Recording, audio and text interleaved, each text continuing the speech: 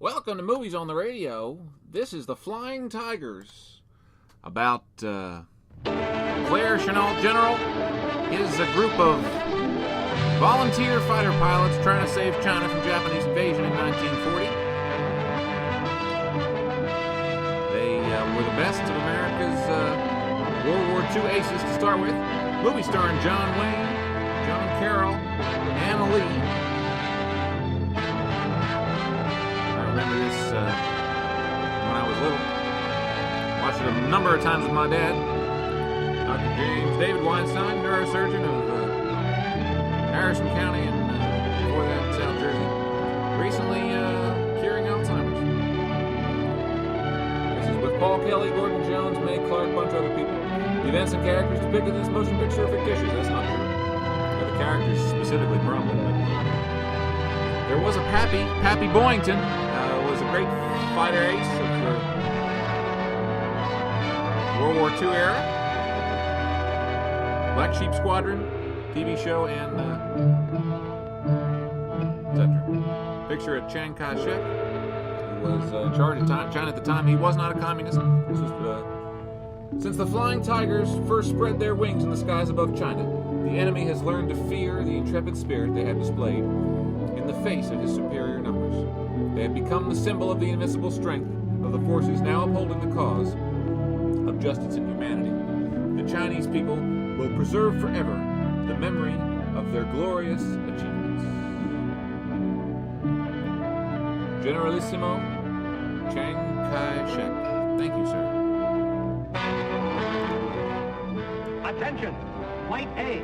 Flight A! Japanese aircraft sighted over Kutzing area. Japanese aircraft sighted over Kutzing area.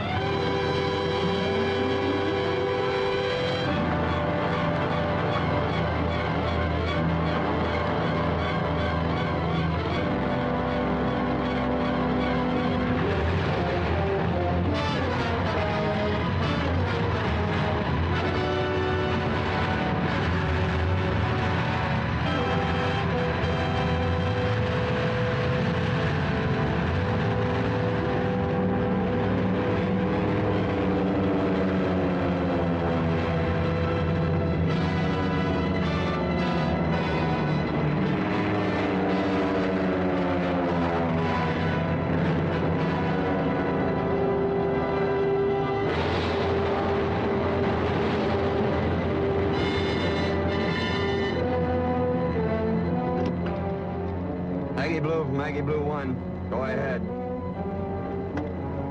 Blue 2, okay, Skipper. Blue 3, check.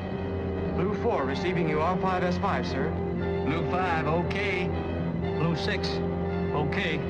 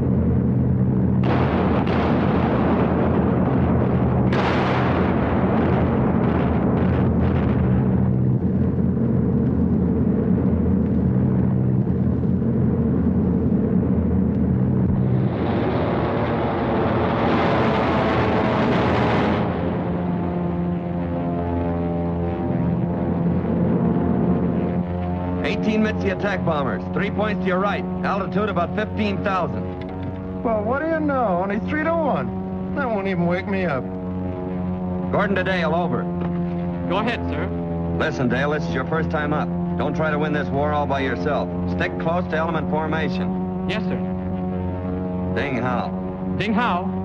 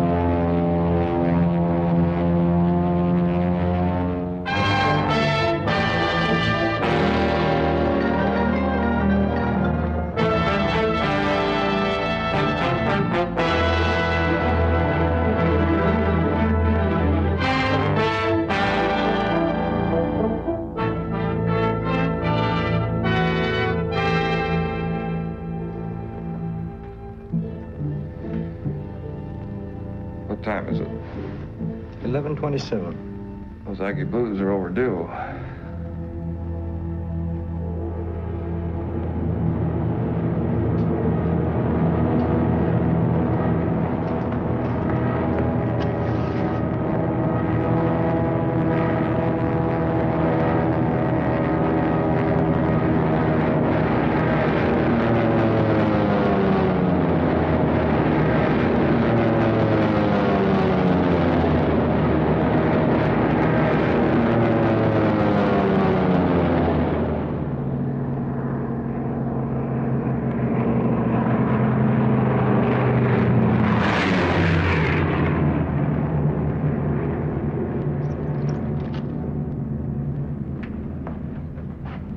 All safe and accounted for?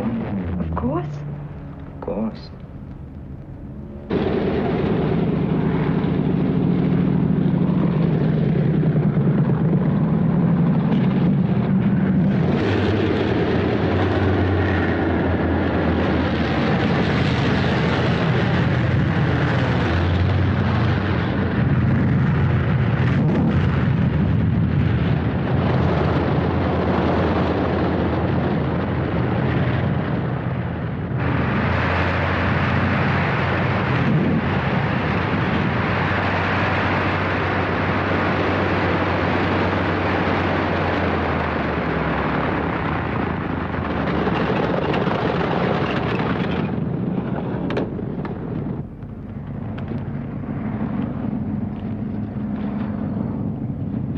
Look, Captain Jimmy. Looky, wham, wham. Termites.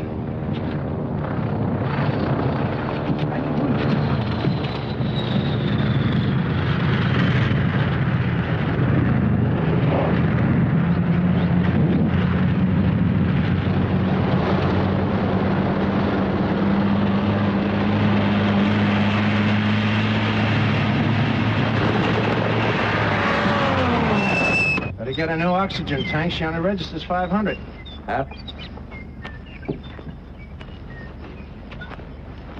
You got something on your mind?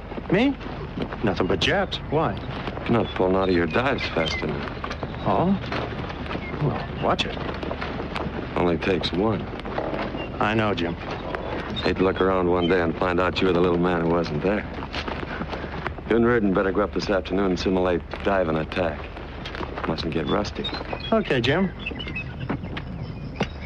Little rough in spots, Dale, but I think when you iron a few things... Dale?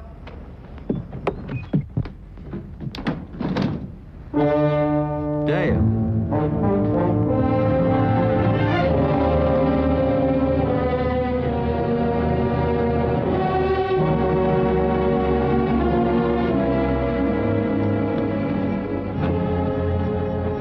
Bill, take care of Dale.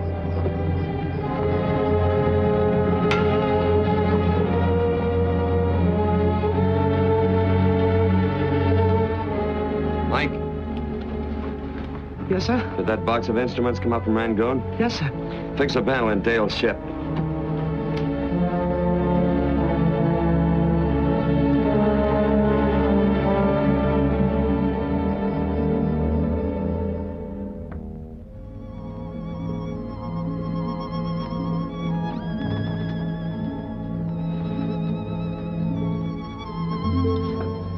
This belonged to Dale, too.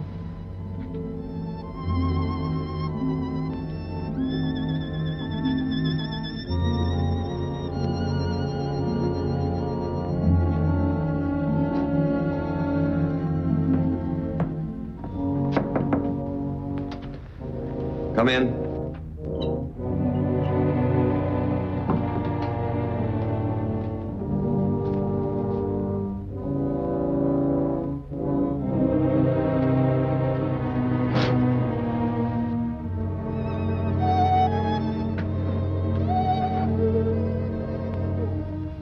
Quite a collection.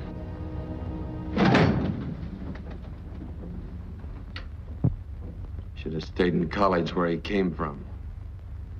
But he begged for a chance. Begged for it like some kid asking to go to the circus. And I gave it to him. What happened? He didn't watch his tail. And outnumbered as usual. He did bring his ship back. Yeah. He did. But tomorrow or the next day, there'll be somebody else in it. With 3 of them on his tail. Or 6 or 10. Jim, How's Miller? just a flesh wound in the shoulder. I'll get him back to you in a week. How are you? You can have me back anytime.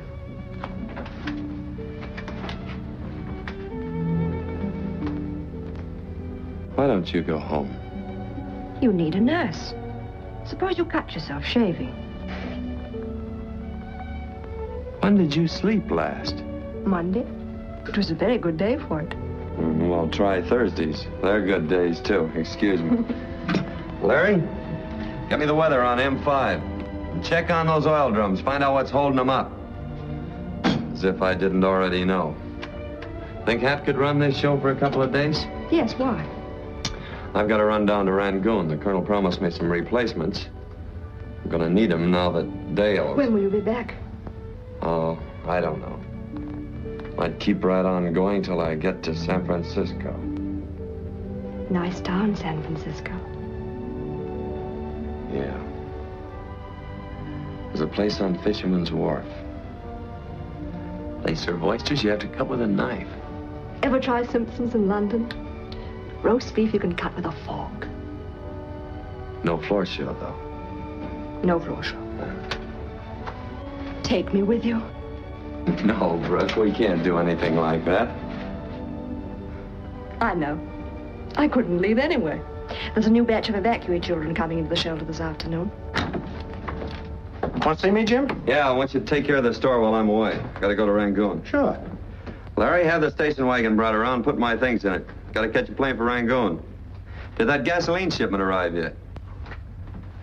Wish somebody'd figure out a ship that'd fly on rice. Want to check the scoreboard? McCurdy will fly number 2 while you're in charge. And make sure that second-string pitcher does some work on his guns. Jim 0, Hap 0, Dale 2.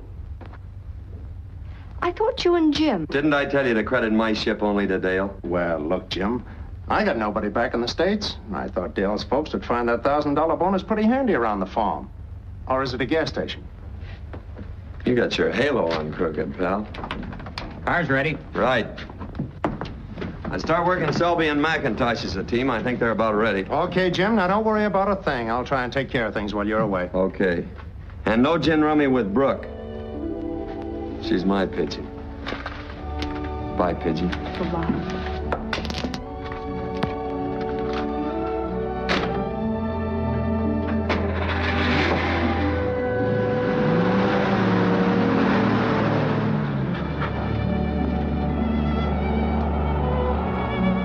What do you see in that guy? San Francisco. Huh? Never mind.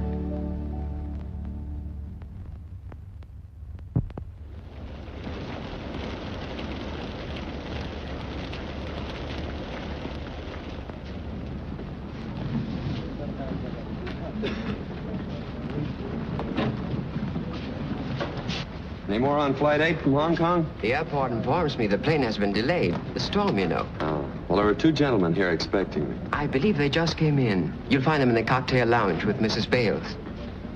Mrs. Bales? Well, if anything more comes in on that plane, let me know. Yes, sir.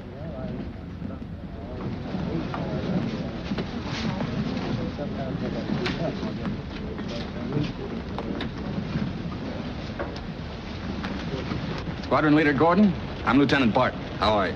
Hello, Blackie. Hello, Jim. My wife, Jim. How do you do? What are you doing here, Blackie? Well, I heard you needed pilots out here, and I needed the job. I didn't know at the time that you were head man.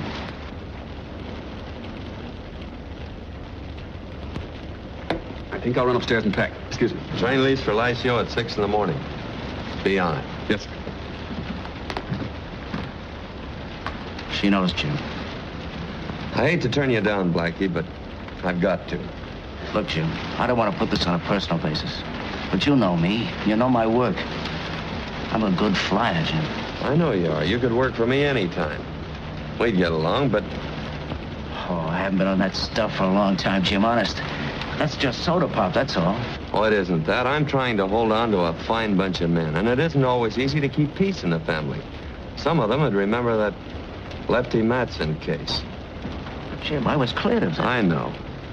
The Army gave you a clean bill of health, but you'd be flying with a lot of men that knew Lefty. I'm really doing Blackie a favor, Mrs. Bales. I don't want any favors, Jim. I just want a chance to get back on my feet again. This is the last outpost for me, Jim. Oh, it just wouldn't work out. I'm sorry. Goodbye, Miss Bale. Blackie.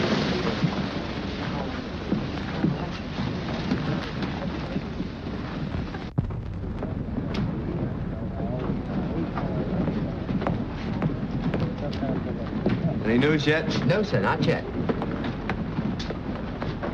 Oh, Mr. Gordon, I made some excuse so that I could talk to you. No matter what happens, please don't ever tell Blackie that I did. Oh, of course.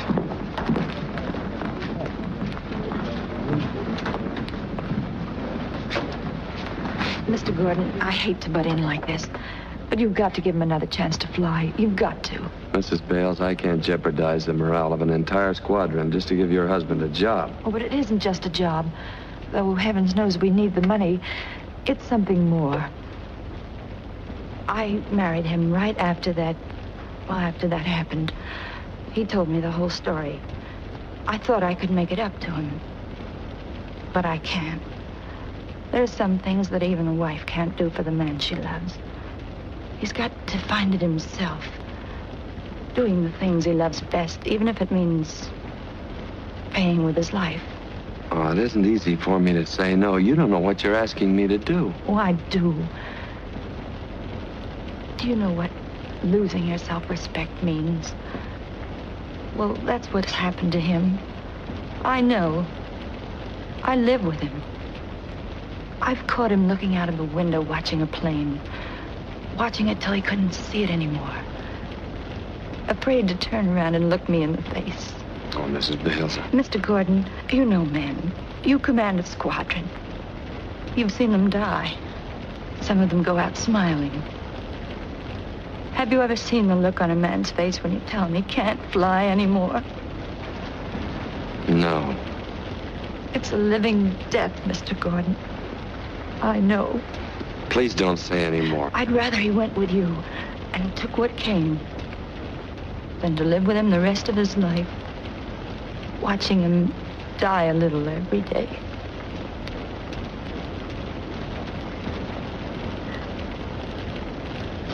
Have him on that train tomorrow morning. Thanks. You can't go with him, you know. Yes, I know. And please don't ever tell Blackie I spoke to you. I just received news of that plane from Hong Kong, sir. It was attacked and fired on by a Japanese fighter squadron. Is it down? No, sir. It's coming in on one wing and a prayer. Get me a cab. Yes, sir.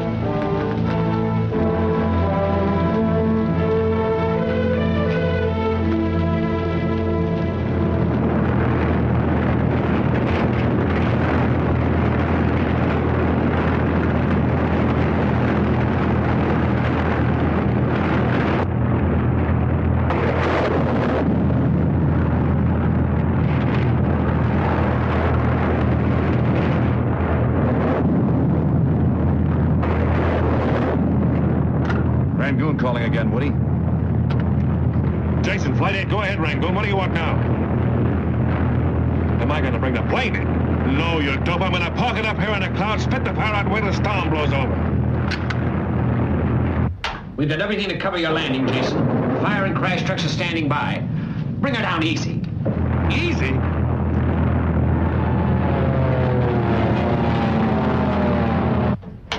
Rangoon calling Jason, Flight 8.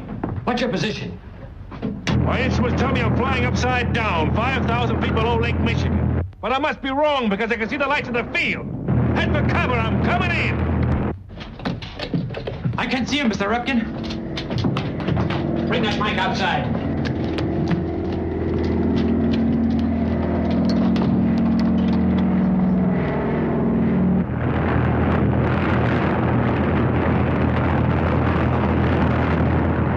All the landing gear, Alabama.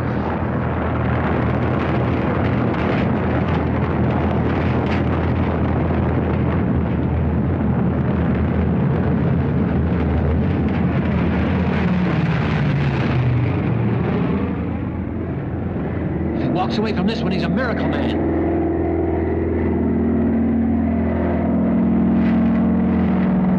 Hold up, Woody. You're coming in on one wheel.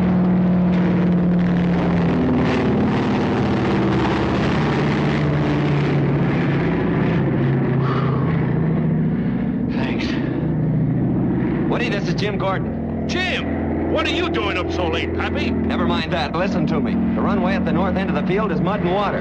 Your only chance is to get that wheel up and skid in on your belly. Well, what's the wind? Stop worrying, Pappy. Just get that mob out of the way or somebody will get a hot engine in their lap. Pull up that landing gear.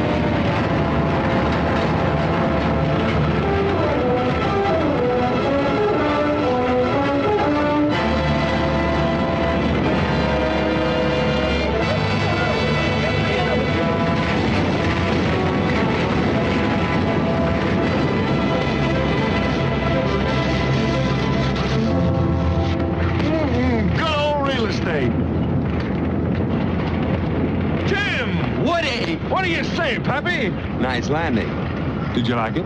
Why, you lucky... What do you mean, lucky? Coming in crosswind. Why not? I wanted the wind to blow the fire away from the camp, not into it, see? Meet my better half while he's still awake. This is Alabama Smith. This is Captain Jim Gordon of the Flying Tiger. How are you? That's enough. Jason, that was magnificent. Magnificent. Save it. I'm going to find a promotion for you, Jason. Listen, mister, you can take my job, the Rangoon Airways, the Burmese, the Sinhalese, and the rest of this cockeyed country and give it back to Marco Polo. Chop, chop. But, Mr. Jason... I didn't sign on to be a target for a bunch of four-eyed Japs. You're not resigning, Mr. Jason. No, I'm quitting, definitely and for good. And me too. Oh, and forward Mr. Jason's mail to Kutzing Airfield. Thank you very much, Mr. Repkin.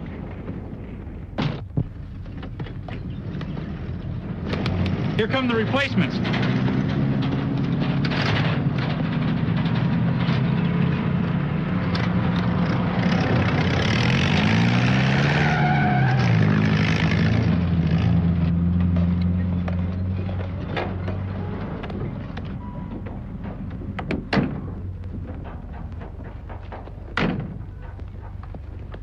Take these men over to the barracks. What's this thing? Headquarters. Looks like the Taj Mahal with a hangover. What's that, the milk bar? Hello, Alabama. No, the barracks. Pick out a cot with 4 legs if you can find one. Dump your stuff and report back to me at the hangar. What hangar?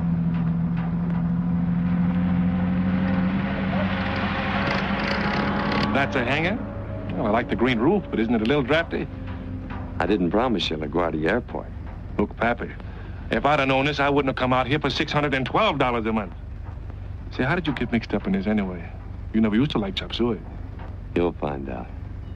Get yourself all set, and I'll see you later. Okay, Pappy. Say, what are those things you fellas wear in your bags? Laundry tickets? No. That's in case you're forced down in Chinese territory. They'll know you're an American volunteer. Well, what if you're forced down enemy territory? Then you've got nothing to worry about.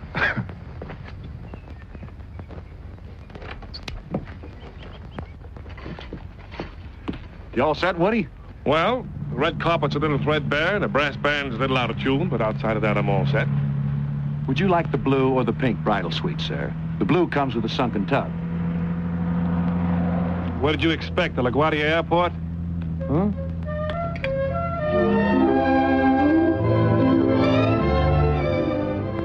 Drop this off for me, will you? I gotta make a reconnaissance. I'm getting that old feeling.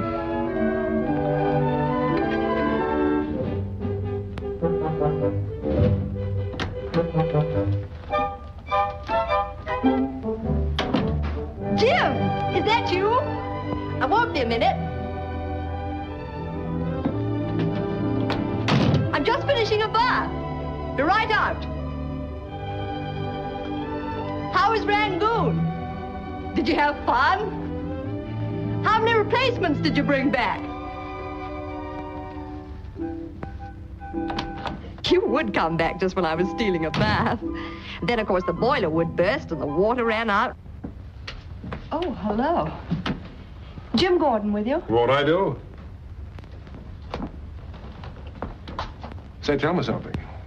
You always use Jim's tub? Yes. We all do. Cozy. It happens to be the only bathtub in Kutzing. I see. Must be a very chummy spot on Saturday night. Do you sing and dance too, or is your act limited to patter? Oh, fine, fine. You're one of the new replacements, aren't you? Oh, no, not one of the replacements. Jim told me he was having a little trouble out here, so I thought I'd come out and give him a hand. And, I think I'm going to like it. I'm so glad. If there's anything we can do to make you comfortable, don't hesitate to call on us, will you? Oh, I will. How about dinner? Sorry. I never get quite that hungry.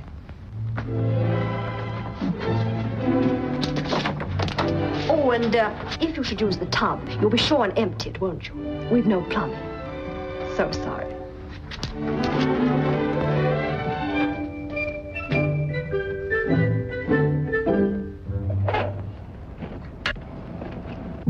What happened to that one? I overshot the field yesterday. Came in a little too high, I guess. I'll watch it. Jim!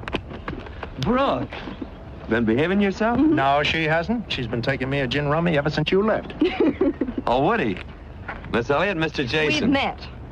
Oh. Well, what do you think of Glamour Boy? He's a difficult man to get to know. So shy. Oh, anybody in my spot would have done the same thing. Hap Davis, Woody Jason. Glad to have you with us, Jason. Thank you, Hap. I'm gonna put him in your hands, Hap. I don't need a nurse. I've already got one. If you'll excuse me, I have to go on duty. Aren't you gonna wish me luck? You don't really need it, do you?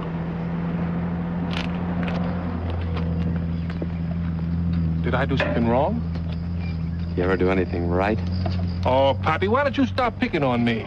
Come on, I'll introduce you to the rest of the fellas. I don't like to point, chum, but she happens to be the skipper's girl. Great. She's got a sense of humor, hasn't she? We all have. In fact, we wake up 2 or 3 times a night, laugh, and go back to sleep. And I sure would have hated to have been on that burning plane with anybody else but Woody. You don't have to sell Jason to us. We know he's got a good record. But out here, everybody starts even. Oh, yeah. Does that go for me, too? Sure it does. Thanks, fellas. Thanks. Selby. Yeah? I got your 30 pasted together. Okay. We're not sticklers for discipline out here, Woody, but we expect results. Relax. Gentlemen, this is Woody Jason. Hi, fellas. You say? Hi, Woody. His bark is worse than his bite. Shake hands and count your fingers. Hey, I'm McCurdy from Brooklyn. Hi, Brooklyn. You ever know a little girl by the name of Sally Gray? No, you wouldn't. You're not a type. My name's Norton. I'm from... Don't tell me, I know. State of beautiful women. You ever know the MacDot sisters from Fort West? I'm from Dallas. Oh. Reardon, Maine. And I don't think you'd know anybody I'd know. Well, now, there's where you're wrong. I knew a little red-headed girl by the name of, Selby, Michigan. Selby, Michigan. Hello, Michigan. What a football team. I used to date a little, what do you call those? Majorette. Yeah, a majorette. What a football team. My name's McIntosh. Hiya, Mac. I come from nowhere. You got a girl there? Hey, Bentley's that gal's name. A tall brunette with a P-40 figure and plenty of armor. Boy, I can't wait till I get back. Back? Yeah, you don't think I'm gonna make this my life's work, do you?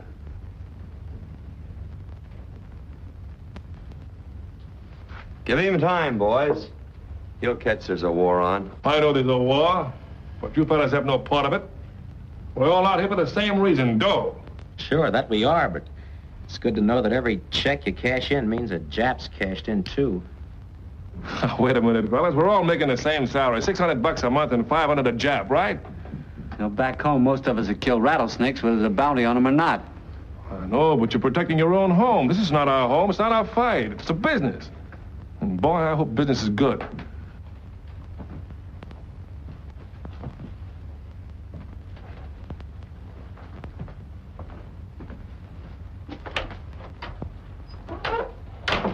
What's the matter with him?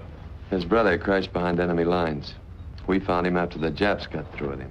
Well, I didn't mean anything personal by anything. Oh, we know you didn't, Woody. Come on, let's take a walk. Yeah, but...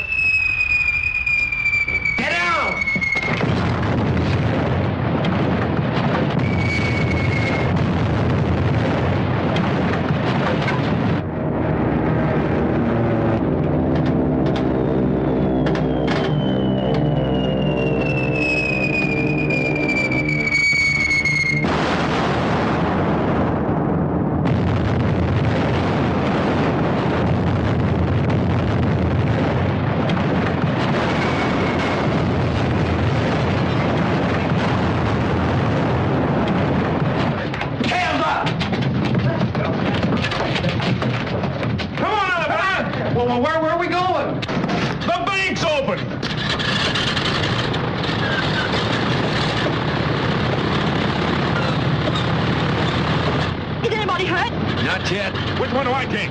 Are you crazy? When did you get some combat training? Training me? I'm losing dough. And I'm running this outfit. Get back.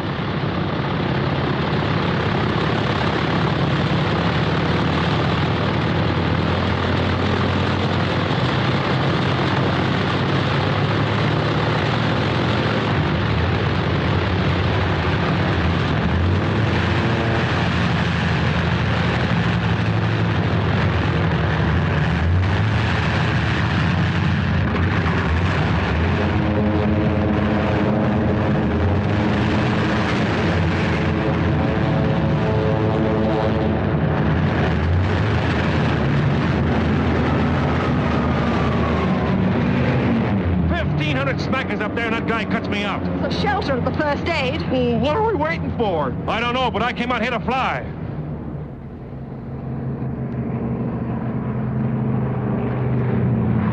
Hey, Woody! That ain't the way!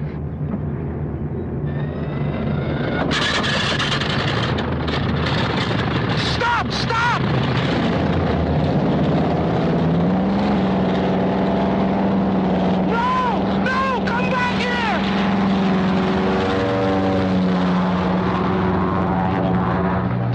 Take it bling. No bullets. No ammunition. What? No, contact him by radio. I'm not taking that phone. Oh. Let's contact Jim. Yeah.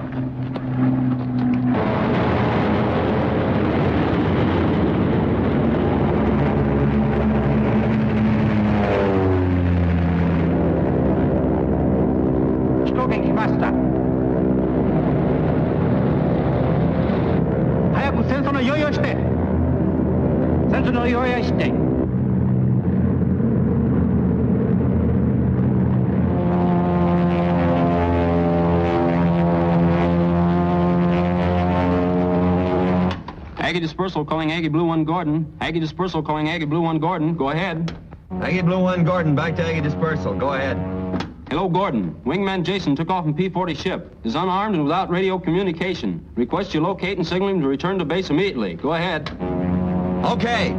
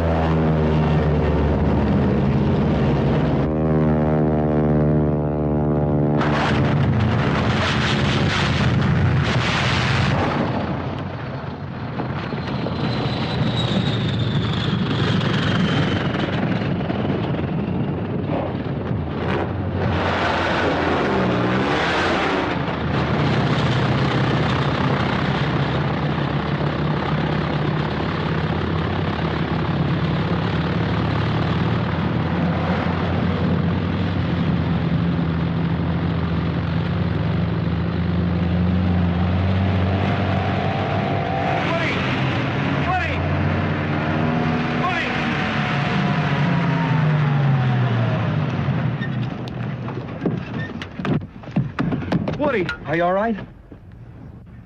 Oh, I'm all right.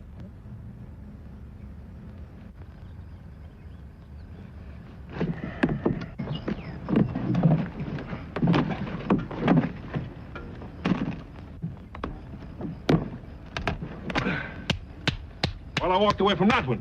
Hey, whose side are you on? Report to my office immediately. Okay, Pappy. A few more landings like that and he'll be a Japanese ace.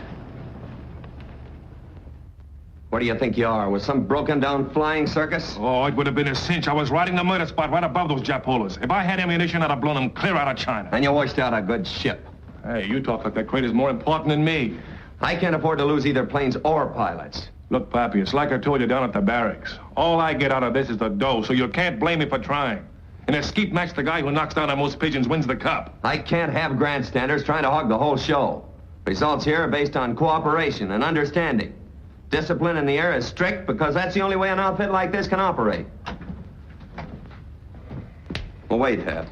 All right. I'll admit I was wrong. I made a mistake. Okay. In this kind of warfare, a fellow likes to feel he's flying with somebody he can trust. What do I care what they're like? It's every man for himself, isn't it? Not these days. Wait till you look back over your shoulder and see a Jap sitting on your tail. In a ship that you can't outmaneuver. Then you'll know what I'm talking about. Okay, Pappy. From now on, I'll study my lessons and practice the piano every day. There won't be any more trouble. I'll be a modest, respectful soldier if it kills me. I swear. Okay, Woody. You got a cigarette? Keep them. Thanks. You got a match?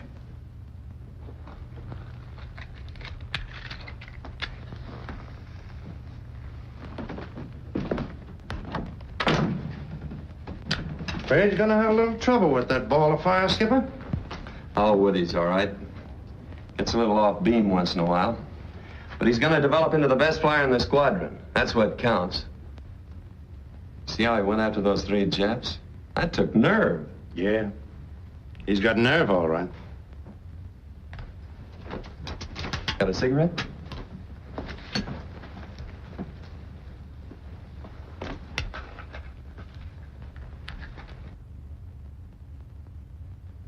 These are the planes you'll be tangling with. Know them so you can identify them. Many of these planes carry detachable auxiliary gas tanks, which give them great range. These tanks are dropped when they reach the objective, so they don't lessen the plane's fighting efficiency. The Kawanishi 96 can carry about half a ton of bombs as well as scout. But the most modern fighter and the toughest one to crack is the Nakajima. It isn't fast, but it's light and maneuverable. If you find yourself in trouble and have to bail out, there's one important thing to remember. Do a close shoot fall. Drop as far as possible outside the combat area before pulling the cord. That's to prevent our little brown friends from following you down and machine gunning you while you're hanging helplessly in the air. It's a quaint little habit of theirs. And watch for the man who's hit the silk. Protect him whenever possible. You know what I'm not going to do, Pappy? I'm not going to ask you what to do if that chute doesn't open. Because you'll say... Take it back to the factory. Oh, yeah.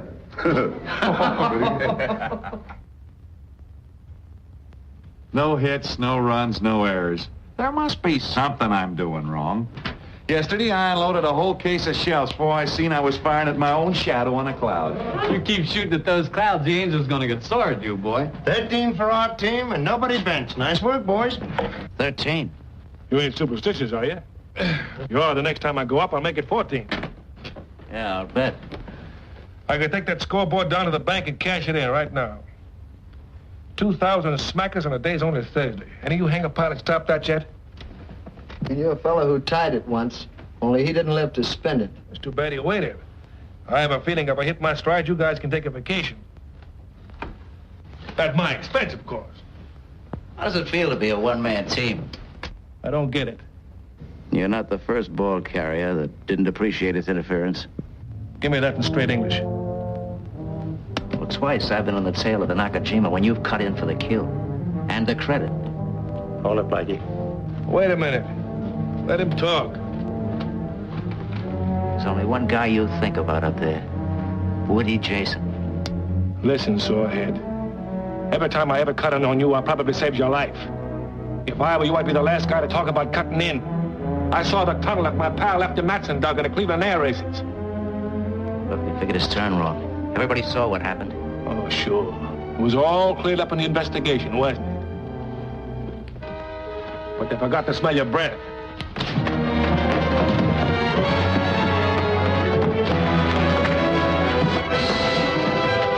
It is. Seven. Attention A flight. Elements A, B, and C. Enemy aircraft in force over Mekong Bridge. Tails up. Get moving, you two guys. Not through with you yet. Okay, Tom, you know where I live.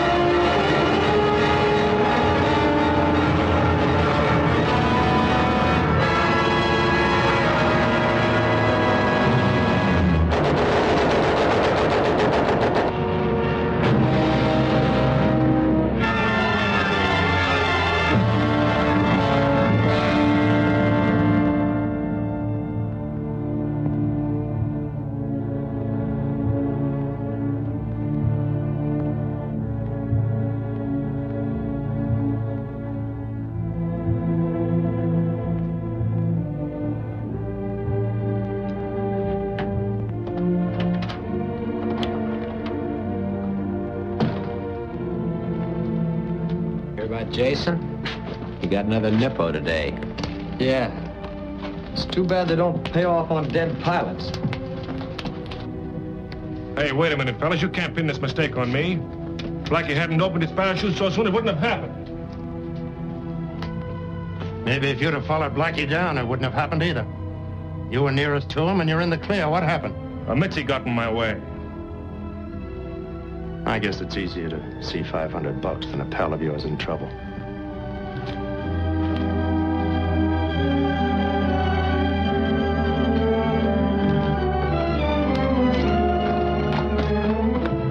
Hey, you got 5 planes now. That makes you an ace.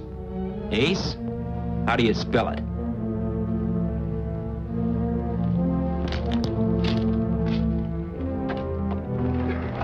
Hey, Mike. That ship gassed? Yeah, him foot to top. Okay. Oh, Jim. You mind if I use that ship? Where you going?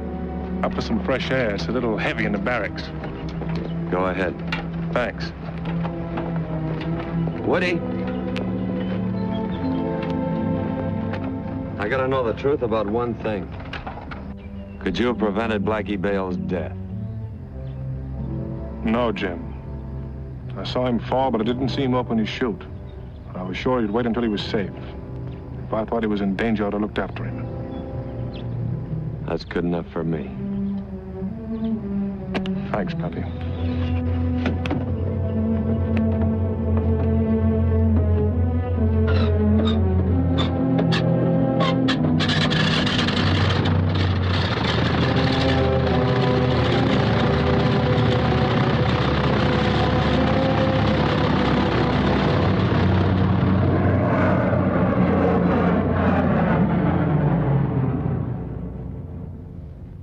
I never saw anything like the way you went after those ships. Yeah, it was something, all right. First one, and then another, and then...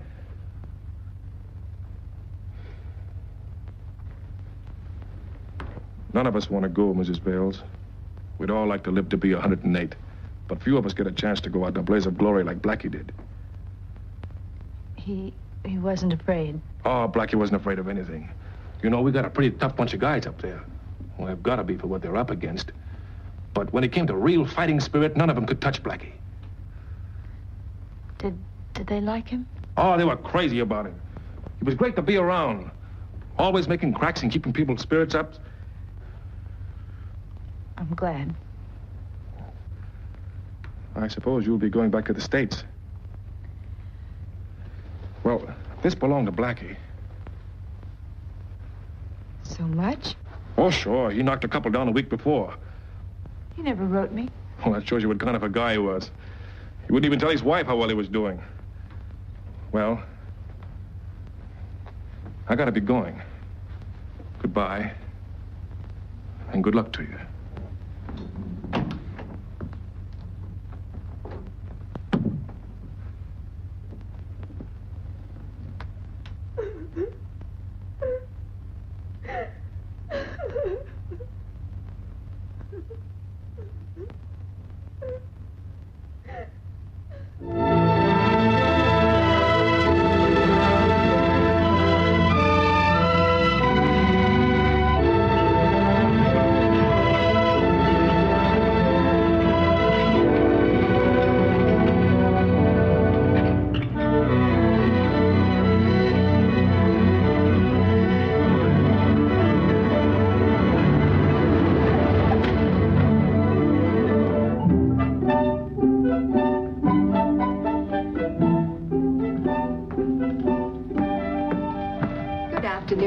Good afternoon, Madame Montier.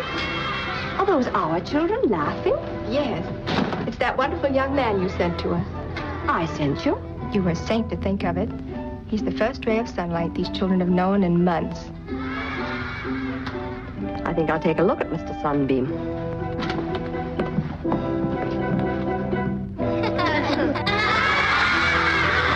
Hurry, hurry, hurry! You are just about to witness that great, that colossal, that stupendous mystery known as the disappearing $50.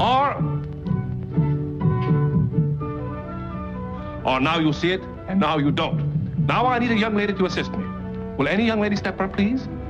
Some young lady, any young lady. You, come on. Come on. Oh, come on. Come on. Oh, come on. That's the girl.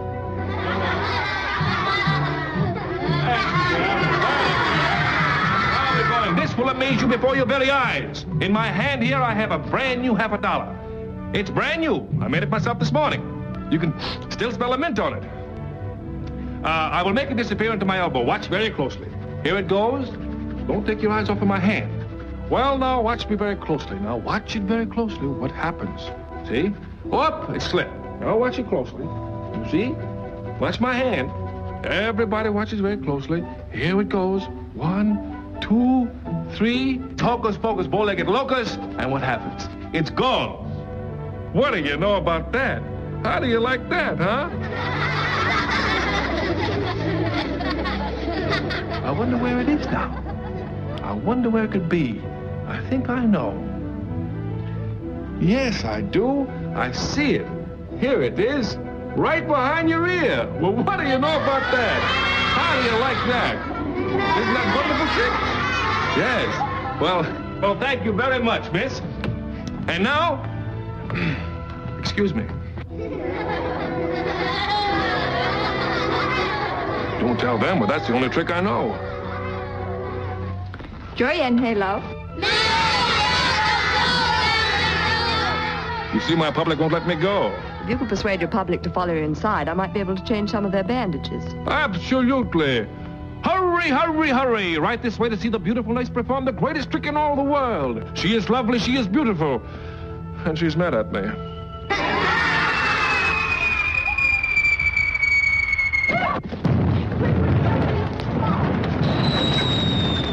Hurry, hurry.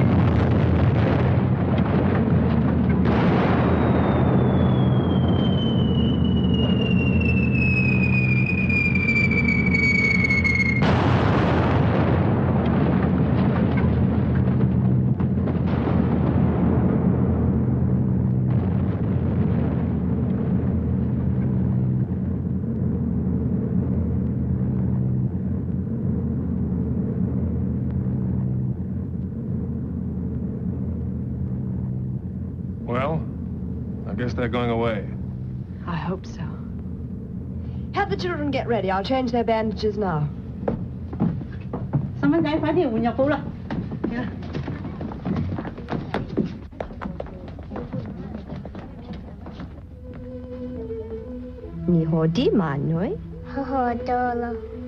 Careful, she's slipping. They're pretty tough to hold when they're this young. Some of them never get any older.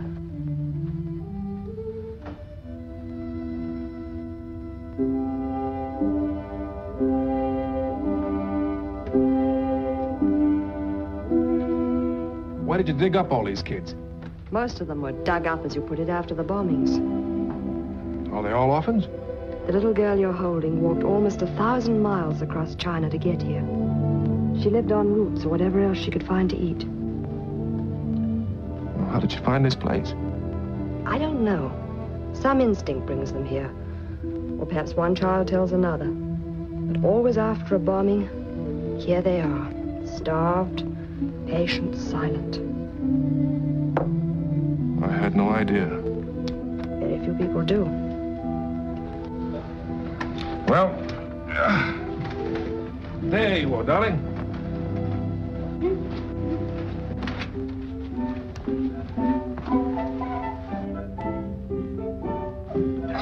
Ngày còn lá mề liền.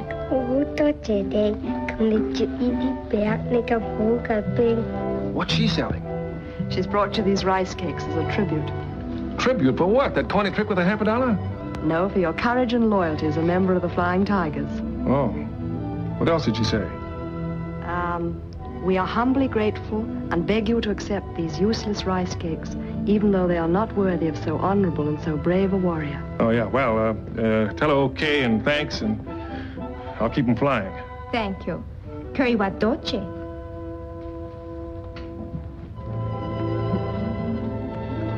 Well, why don't you have dinner with me tonight and we can have these for dessert? Sorry. No? I'm having dinner with Jim. Hey, you did good.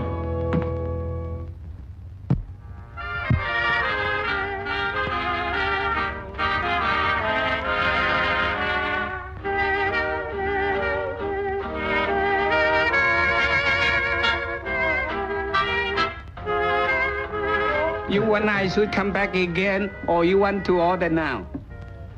What's good tonight? We have special American dishes. Eggs foo young, candy duck, old chop suey. Have you any roast beef you can cut with a fork? You surely have oysters you can cut with a knife. No floor show? No, sir. No floor show, but music. Very nice. Can't you turn that record over, or has it only got one side? Him turn over. No music, but him turn over. Well, never mind. We're getting so we like it. Thank you. Look, Jim, why don't you surprise us? Bring us something new, like chow mein. Very nice. Very good chow mein. American dishes. Oh, I'm sorry, Brooke. Sorry? What are you talking about? Well, you know all this. If we were back in the States, we'd be having dinner at some good restaurant, dancing once or twice, might even go off to a show. But what's the matter with this? The food here is excellent, and as for the music, there's a wonderful orchestra on that record. We're a little hoarse by now, but we can still dance. Ask me and see.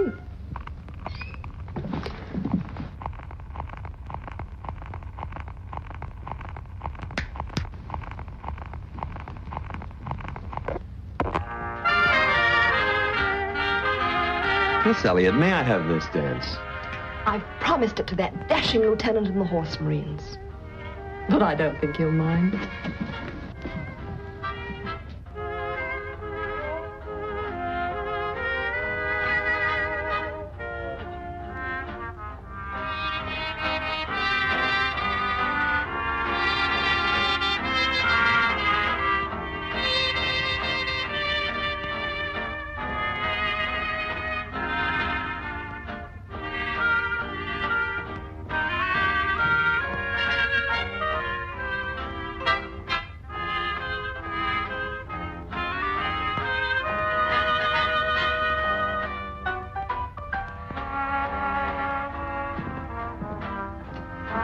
What's wrong? This came for you. It's in code, so I thought it might be important. I hate to break in on you two. That's all right, Hap.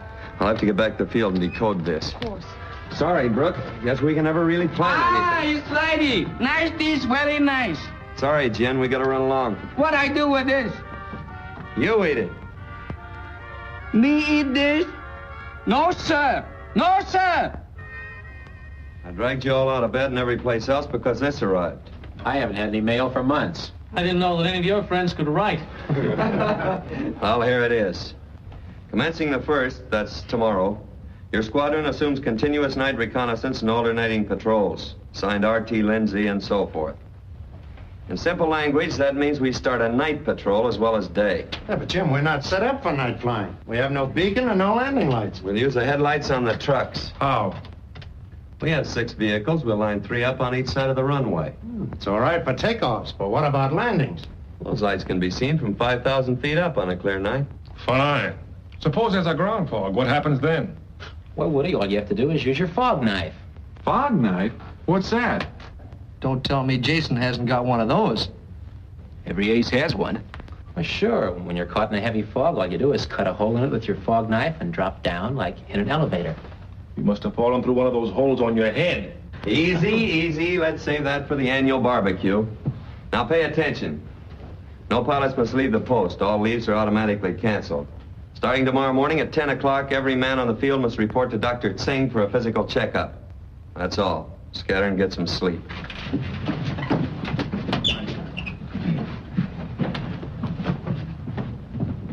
Woody? Yeah? Got a minute? Sure. What are you going to do, stand me in the corner? No. I'll be leading Flight A, and Hap here will be leading Flight B. I want you to take over Hap's old position. Number 2 in back of me on my flight. Okay, Pappy. Don't worry about a thing. Good night. Good night, Skipper. Good night, Hap.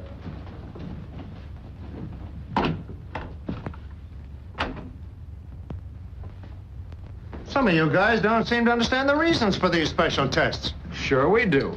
It's to find out if we need a seeing eye dog. Okay, it's funny now. The first time you're on a night flight, and a string of tracers come hissing out at you from the dock, you'll be darn glad that we rechecked your eyesight and reflexes. Sure, Hap, we know that. Night patrol calls for peak efficiency and perfect physical fitness. Right. Where did you dig that up? Well, I've been studying. Oh, don't, Doc. That's cold. I'm ticklish. There don't seem to be nothing wrong with his reflexes.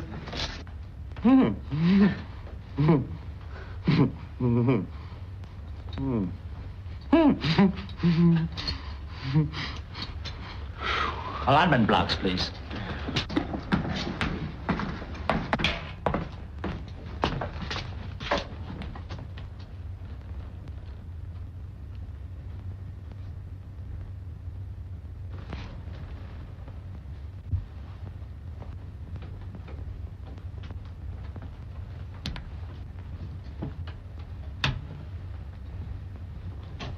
Cock lock.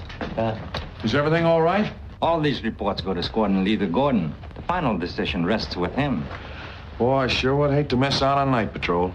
I hear those Japos glow in the dark like bugs. Good morning, gentlemen. Having your oil changed? Well, is my eyesight failing me, or is it that beautiful hunk of man? Oh, you keep that up, fella, and someday they'll put you on the radio. Come on, fellas. Let's go down to the gasoline dump and get a breath of fresh air.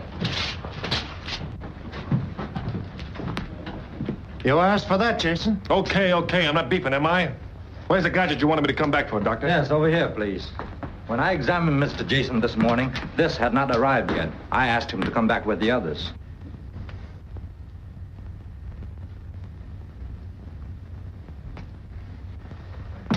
Is that what you wanted? Yes, thank you. Thank you. You know, Jason, people who fly upside down get a pretty twisted picture of what's going on all around them. Yeah, thanks, Hap. Thanks a lot. You well enough to travel, Alabama? Huh? Oh, yeah. All right, Mr. Hap.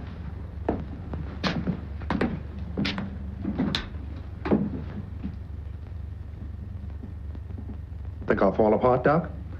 You should outlive Confucius. That's good enough for me.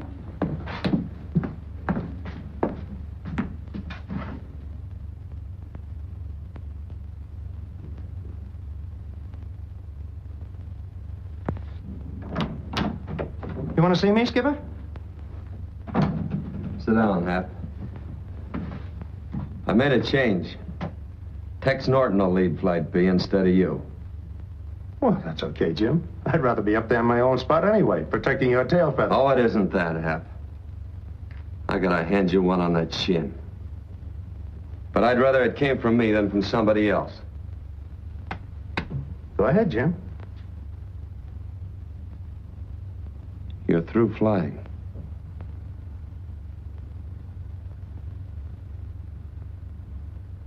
The doc said I'd live to be 100. If you stay on the ground. Oh. I see.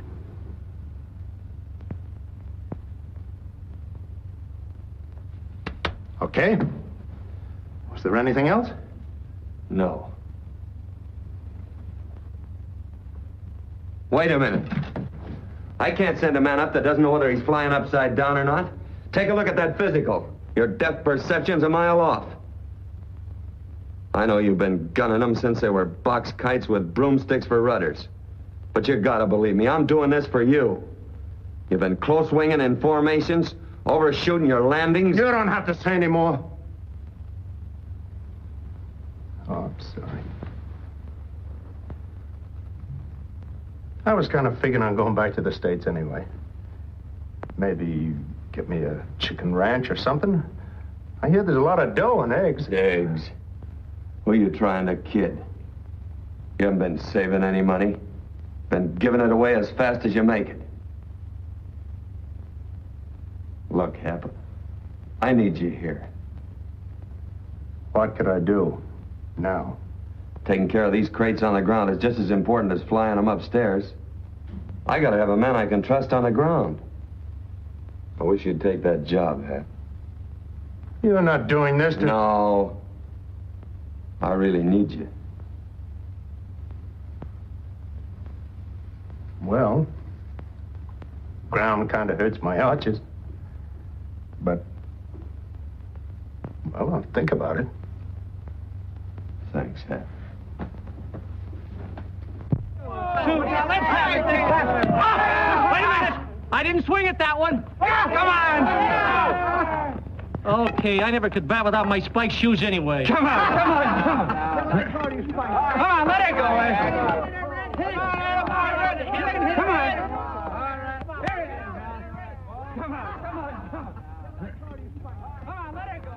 Woody? Hello. How are things going? You better not be seen talking to me. I'm poison ivy. Everything I touch breaks out into a rash. I just got a letter from Mrs. Bales. What's she writing you about? Oh, I sent her Blackie's things. She wrote to thank me. Oh. She said to be sure and give you her regards. Well, You are a difficult man to get to know, aren't you? why don't you have dinner with me tonight and get to know me better? You don't take no for an answer, do you? Why should I when it's just as easy to say yes? Isn't it? Yes? Well, swell. I'll meet you tonight at the orphanage at 8 o'clock. Right? Okay. See you later. Wait a minute. Don't say anything to anybody about Mrs. Bales, will you? I don't want to spoil my record. All right. And be on time. Hey, Bama. Those guys only got 7 lucky hits off of me in 3 innings. Yes, well, I'm going off the reservation tonight. I got a date. What about night patrol? You're on A flight. Oh, don't worry about it. I'll be back in time. But if anyone asks any questions about me, you cover me. I'm getting that old feeling. All right, fellas. Synchronize your watches at 10:55.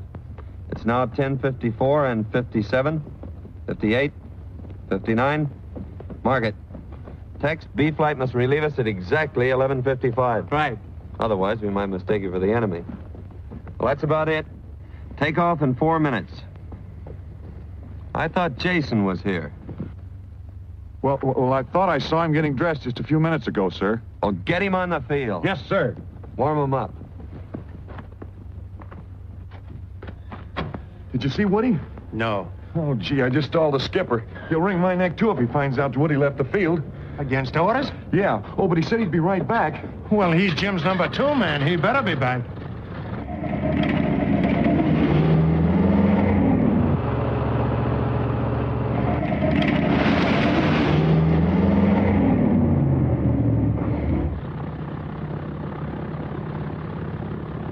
Tell pilot Jason takeoff is in 2 minutes.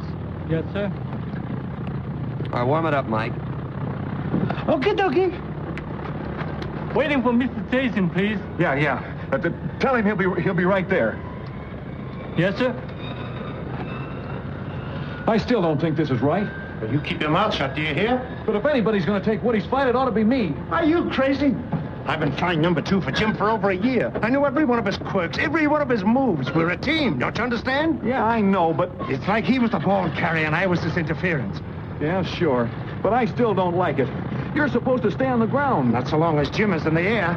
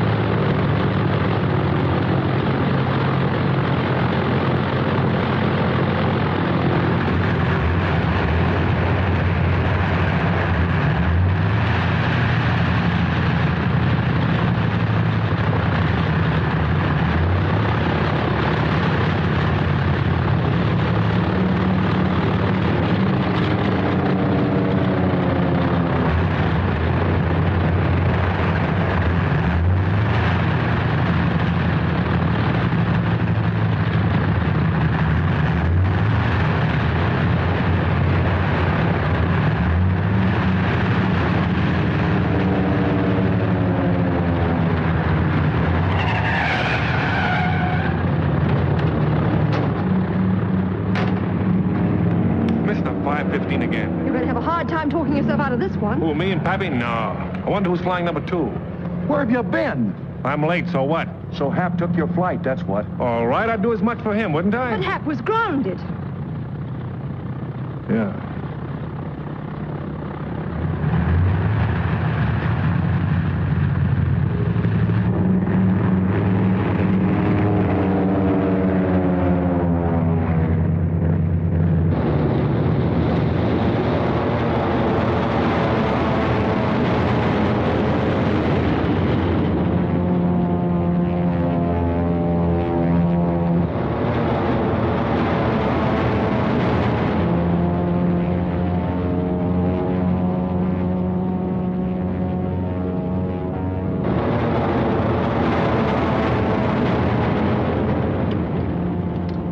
A2. Go ahead. What's the matter, Jason? You going to sleep?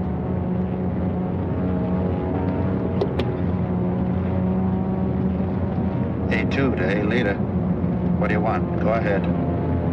Hap, where's Jason? What are you doing here? Go on back. Sorry, Jim. Remember me? I'm the little man who's always there.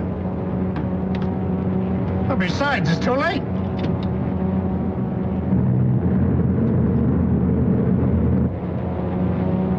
A leader to Flight A. Nakajima fighters on port quarter. Combat formation.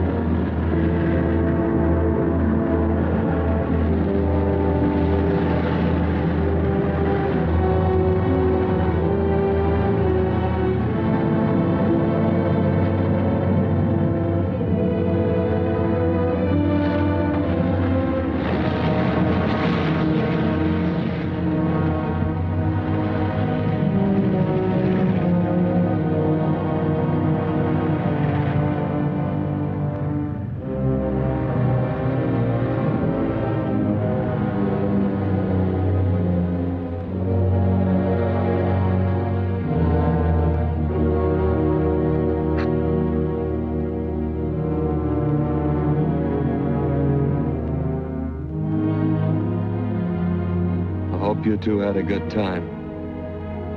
'Cause Hap paid the check.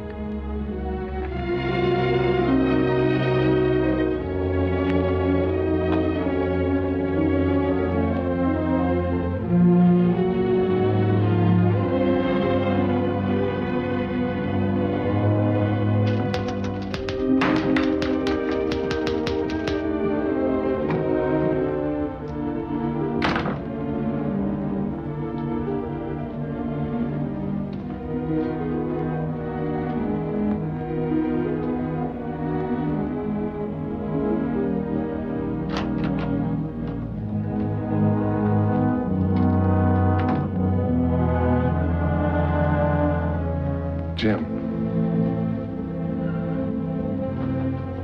There's an army truck out of here day after tomorrow for Lashio.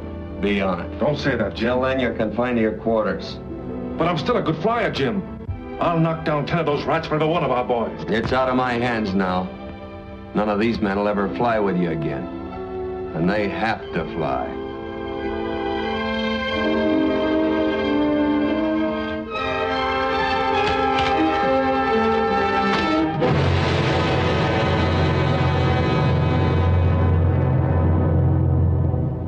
Yesterday, December 7th, 1941, a date which will live in infamy.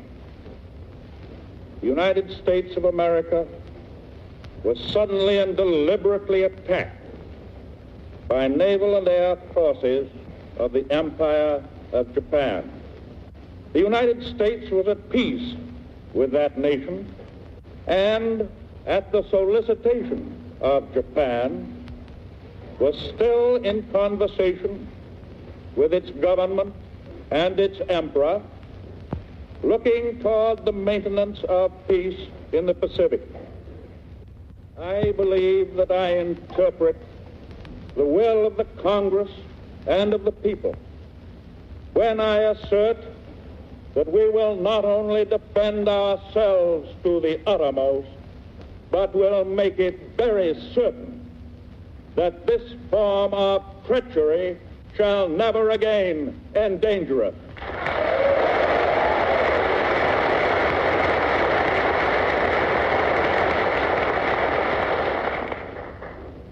Hostilities exist. There is no blinking at the fact that our people, our territory, and our interests are in grave danger. With confidence in our armed forces, with the unbounding determination of our people, we will gain the inevitable triumph, so help us God.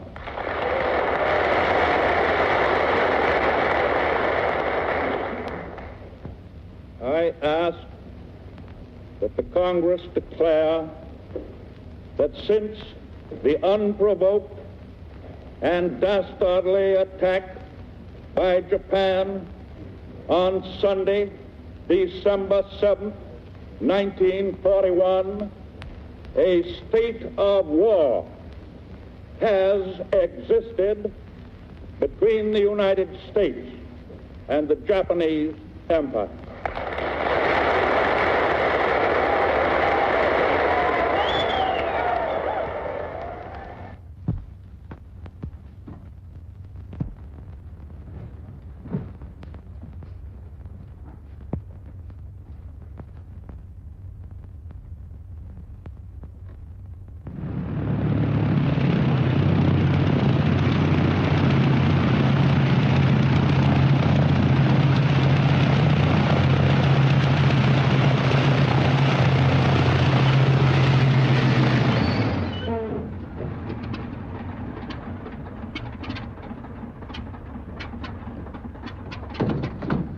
How are you, Jim? Good, Colonel. And you?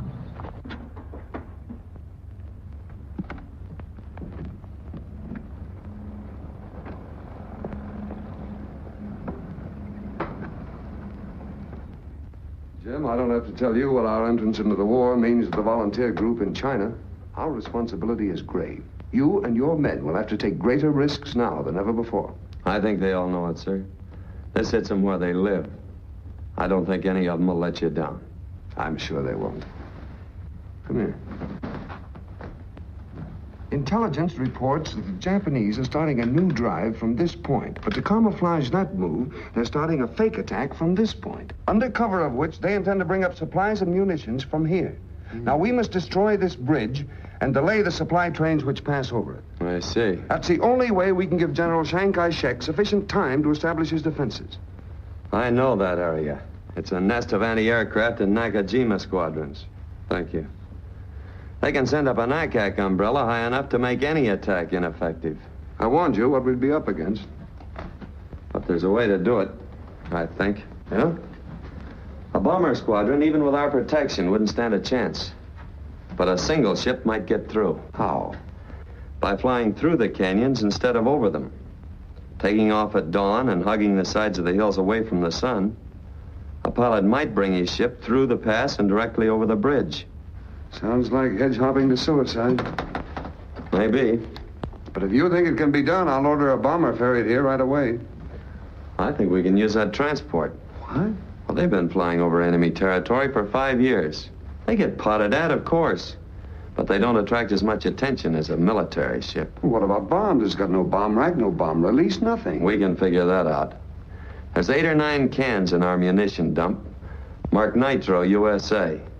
I think I can find a messenger boy to deliver them. The job for a volunteer, of course. Of course.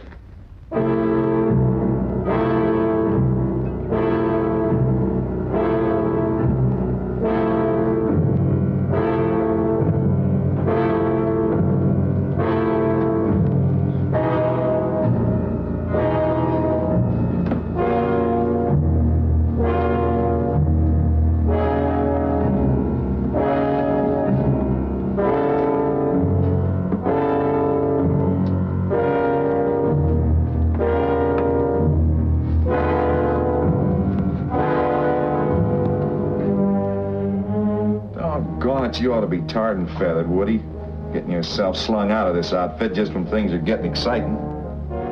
What's going on out there? Huh? You heard me. What's happening?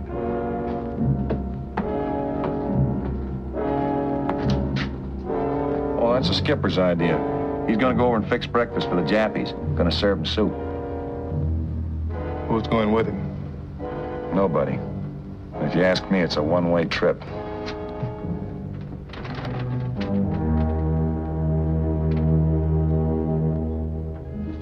These reports must go out daily to keep Colonel Lindsay informed on our status. Yes, sir. Shift Norton to ground operations. Selby and Evans to night patrol flight A. Miller ought to be about ready now to start in again with Reardon as a team. Right. It's about all, except you'll have to keep after Kun Ming for gas, oil, and supplies, and Tongu for replacements. Take good care of the store, Mac. I will, sir. Good luck, sir. Thank you, Mac. Come in. Yes? I have Dr. Singh's report on Barton. How is he? You can have him back in a week. Colonel Lindsay's waiting outside, Jim. Right. Jim! Good luck. Thanks.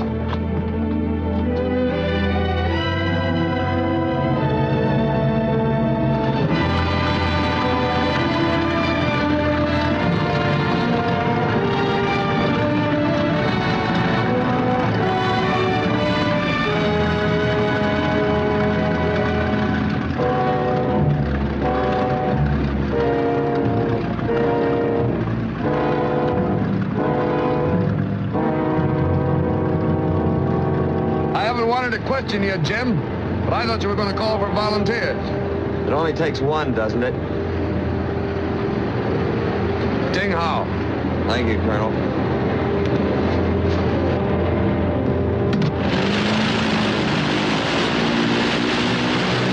Mike, rev it down. Mike, cut those motors. What do you think you're doing? Cut those motors.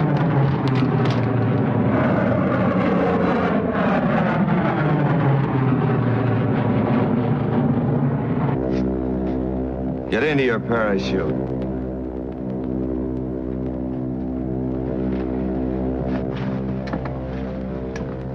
I'd land and throw you out of here if I could take a chance on that cargo back there. Bail out at 1500. You can't handle this crate all by yourself. It's a job for the two of us. Somebody's got to handle this stick while the other guy drops his stuff. You know that as well as I do. Not the way I got it rigged.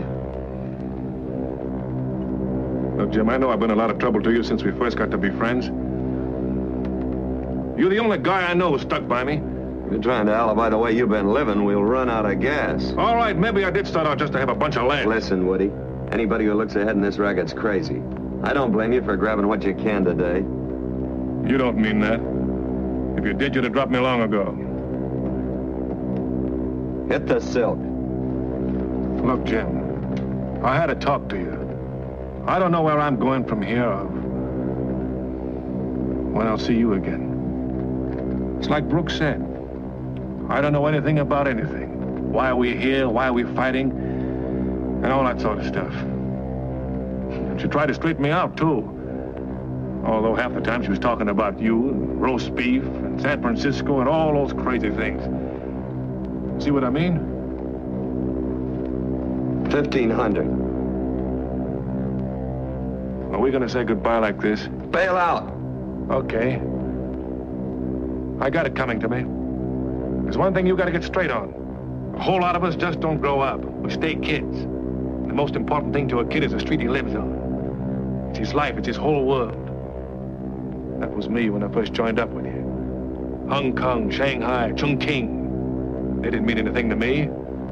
Just a lot of names in a geography book. Not towns where millions of people were being maimed and killed by bombs. Call them Texas, Maine, or Michigan. That would have been different. They were my street. That's why I acted the way I did. Not because I was a heel, but because I was still a kid.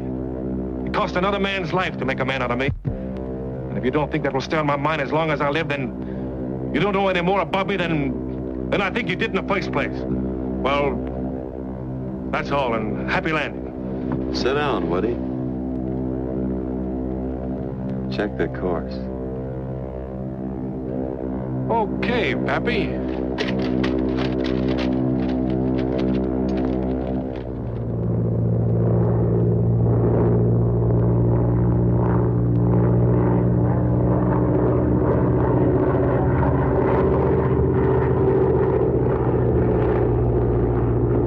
Well, here we go into the tunnel of love.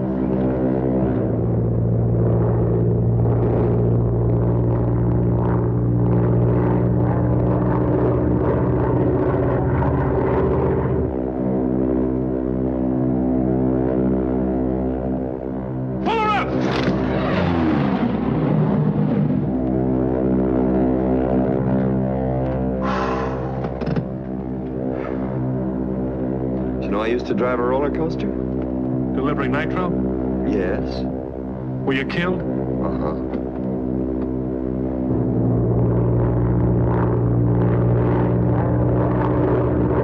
Take over. I want to get into this chute. Right.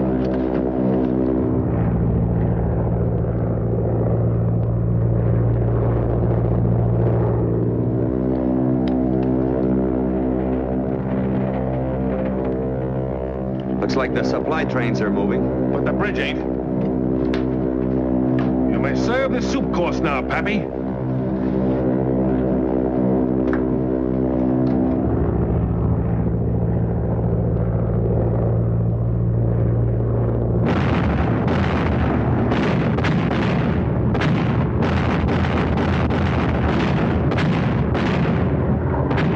Get her closer. If I get any closer to that bridge, we'll have to pay a toll charge.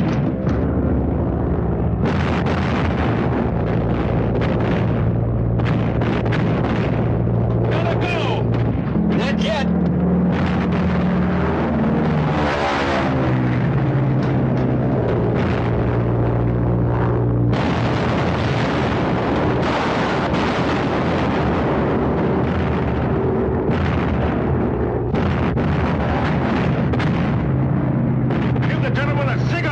If they want to cross that river, they'll have to swim it.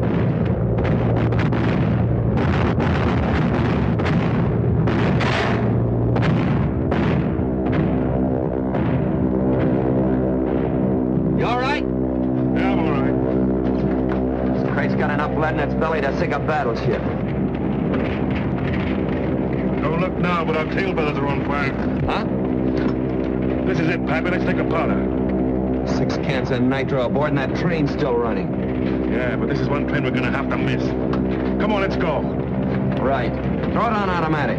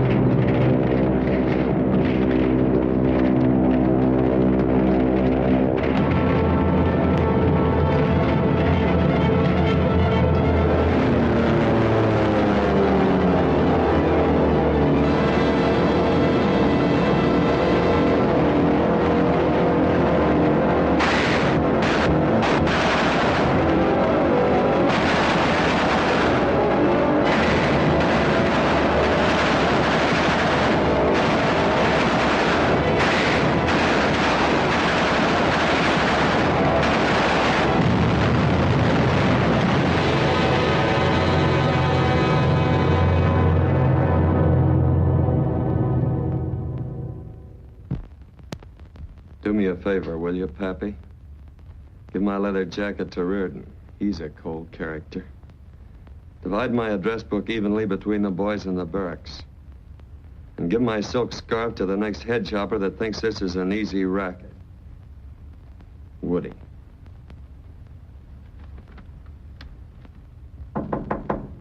Come in. You sent for me, sir? Yes, Barrett. This is your first time up. Don't try to win this war all by yourself. Stick close to element formation, and if you find yourself in trouble, pour on the coal and head for home. Yes, sir. Just a minute. This is for you. Gee, thanks. Take good care of it. Belong to a pretty good flyer. Sure. Flight A, reconnaissance patrol, 2 minutes. How about having dinner with me? I hear Jim has a new record. Swell.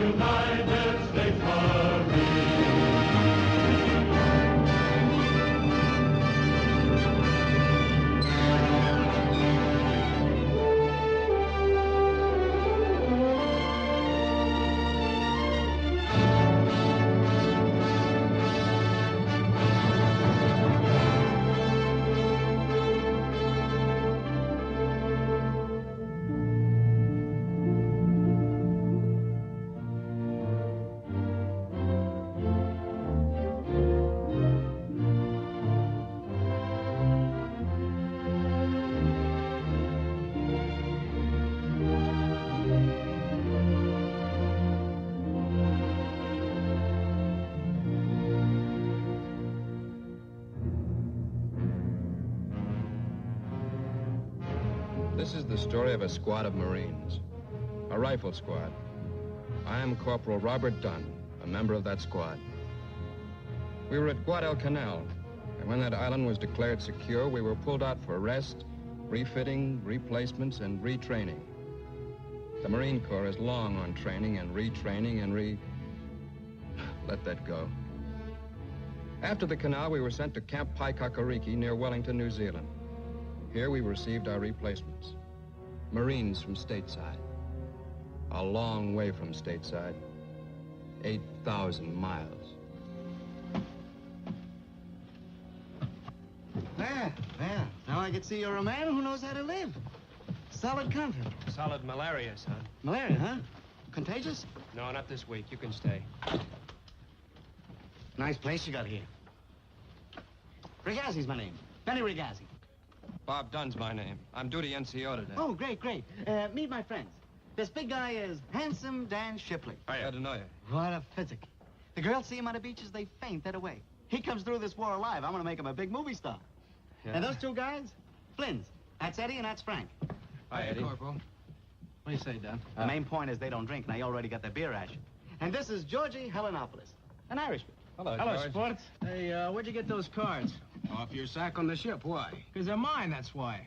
Listen, Junior, I've seen a lot of things in those bags that aren't yours. Come on, give me. Semper Fi, Mac. Hey! Oh, no, leave him alone. It happens 20 times a day. You know where those guys come from? No. Philadelphia, the city of brotherly love. By the way, who's the squad leader? Sergeant Stryker. What's he like? You'll find out. Oh, great. I've been in New Zealand 2 hours, and already they're clamming up on me. I'll find out.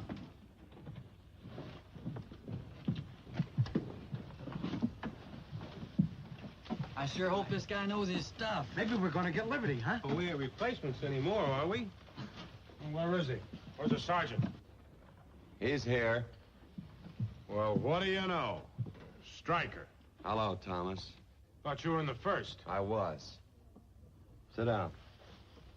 Just sit down, Thomas, anywhere.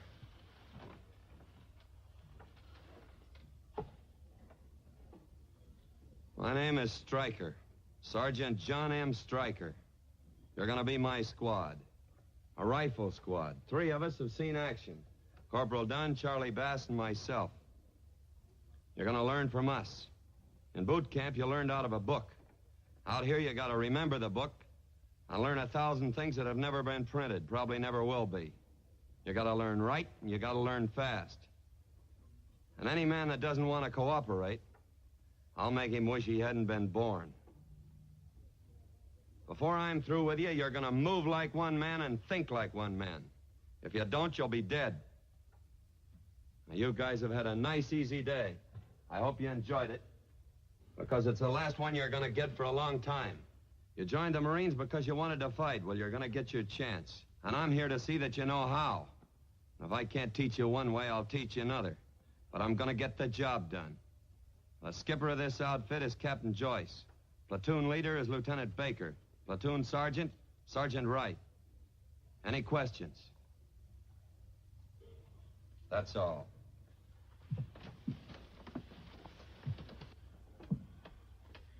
$10,000 sergeants in this corps, and I got to draw Stryker. Hey, you knew this guy before, huh? Yeah, I knew him before. We were stationed together in China. Twice he kept me from getting a promotion. Turned me in once. 30 days I got. He was a sergeant major then. Must have done something pretty cute to get busted down to 3 stripes. Oh, what'd they turn you in for? Oh, That's not important. What's important is the fact that he turned me in. Maybe that guy didn't write the manual, but you can bet he can recite it, and backwards. Probably got the regulations tattooed on his chest. Front and back, Mac. Front and back. See, isn't your name Al Thomas? Yeah. Weren't you a fighter? Just in the Marine Corps. Runner-up in the heavyweight division. Pacific Fleet. Tell him who you're runner-up to, Thomas. Stryker. Lucky punch. Al, meet your new manager. After this war, we'll make a fortune. Tell him why you lost your stripes. You know, my natural dislike for you is gradually developing into a great hate, Bass. Don't let this guy do your thinking for you. You can depend on a square deal from Stryker. Yeah, you bet. Square deal. I'm just looking forward to the first time Stryker and I come head-to-head when we're off duty. Hey, take it easy with that hand, champ.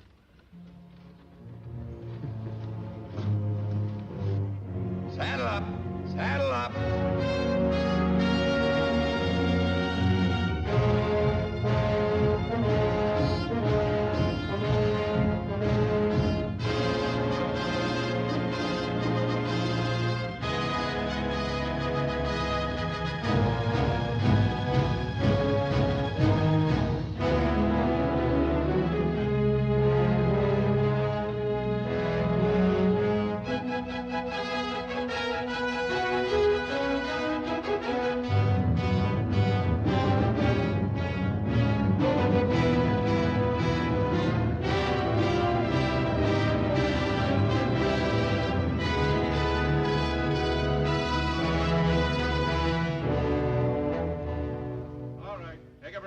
I'll take a break.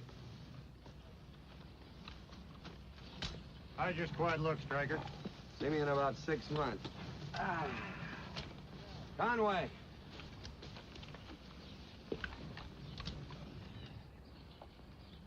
I was checking over the records last night. Your father was Colonel Sam Conway. What have you what? I was with him 10 months ago on the canal. He was my CO before he got killed. The best officers and finest men I ever served under. I thought of you. Thanks, I'll keep it in mind.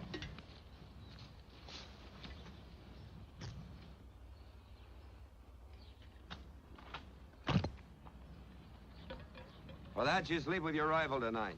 It was an accident. Nobody in this outfit drops their rifle. All in! Stand by, All right, move saddle out. up. Pick it up. Sometimes I don't know which I hate worse, Tim or the nips.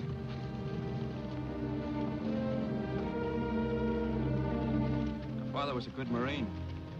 Till 10 months ago. You shipped in when he was killed. I shipped in because I was expected to ship in. Seems every time there's a war, the men in my family join the Marines. I'm the last of the Conways, so here I am. I guess your father'd be pretty proud to know you're carrying on the tradition. Not my father. He'd have expected me to find some soft duty somewhere. In fact, he told me so. I don't get it. Well, I embarrassed my father. I wasn't tough enough for him. Too soft. No guts was the phrase he used. Now, Stryker, he's the type of man my father wanted me to be. Finest man I ever served under. Yeah, I bet they got along just fine together. Both of them with ramrods strapped on their backs. Well, not me. I'm a civilian, not a Marine. They're not gonna strap one on mine. I'm in here strictly for tradition. That the only reason? Yeah, why? Nothing. Stryker knows his business. So did Jack the Ripper. Knock off the skylarking, Dunn. Good rot column.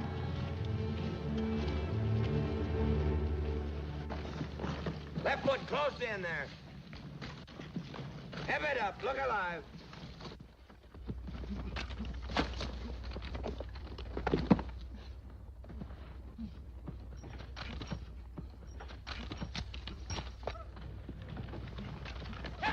Choinsky, you're all left feet.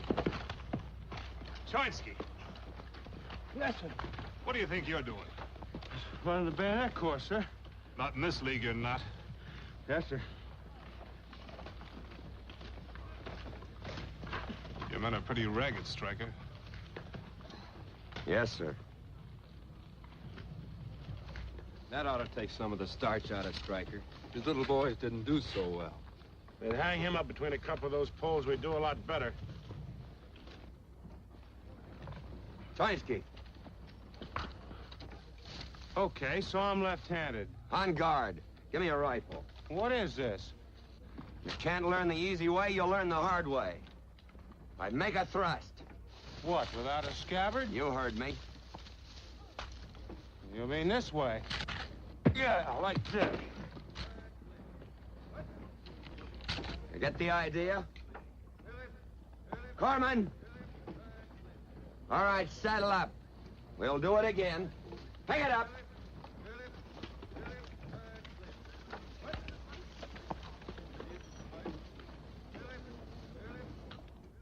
Ski, you're a celebrity. Only unkissable guy in camp. Hey, listen, this thing hurts. It ain't funny. It's gonna spoil my liberty. No dame's gonna come near a map like this. Don't worry, Ski. I got the scoop. No liberty for 3 months. We got all the time in the world. 3 months? Where did you get a hold of that? Oh, I got spies everywhere. You know, they ought to throw the book at Stryker for doing a thing like this to Ski. They won't. They'll probably give him a citation for teaching us to be good, careful Marines. Join, Ski. Oh.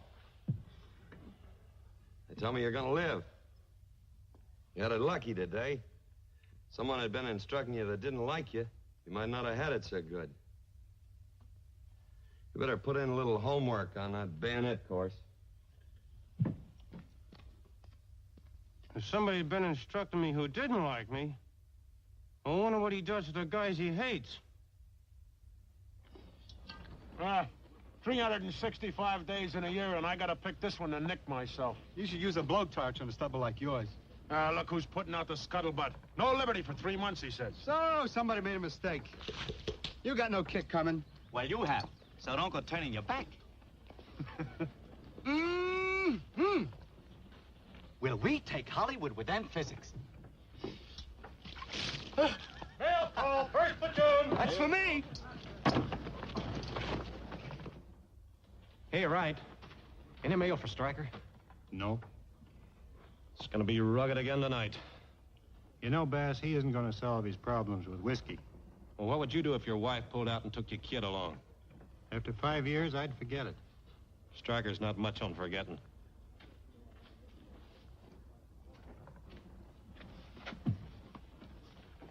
Sorry, no letter for you. I know it. You know how it is with a 10-year-old kid. Writing a letter's a chore. There could be 1,000 reasons why he didn't write. 1,000,000. Cut it out. Cut what out? Brushing me. You know the kid's all right. Maybe Mary influenced him not to write. That she wouldn't do. Of course not. You know, Stryker, you're a very unusual character. Can this be love? You know what I mean. A lot of guys wouldn't have understood that a woman needs, well, more than being married to a guy whose racket drags him all over the world. That a woman wants a home and a guy to come in and out on time every day. You can tell me to shut up if you wanna. If you can't talk to me, who can? Well, don't do it. Just for once, don't do it. I'll do what? Well, just for once, don't start out to get blind, staggering, stinking, falling down drunk. Charlie, nobody starts out to get blind, staggering, stinking, falling down drunk. Yeah, some people do. Why don't you leave half your dough with me? You got an old maid's failings. You worry. Don't try to follow me tonight, or I'll put a dent in that ugly head of yours. Ready, Shipley? Yeah, just a minute. Hey, what's the matter? Nothing. Eddie didn't field strip his M1 blindfolded fast enough to suit Stryker, so he turned him into the skipper. And they canceled Eddie's liberty. Perhaps our rough, tough sergeant with a heart of gold hasn't got a heart of gold after all. But he certainly is. You talk too much.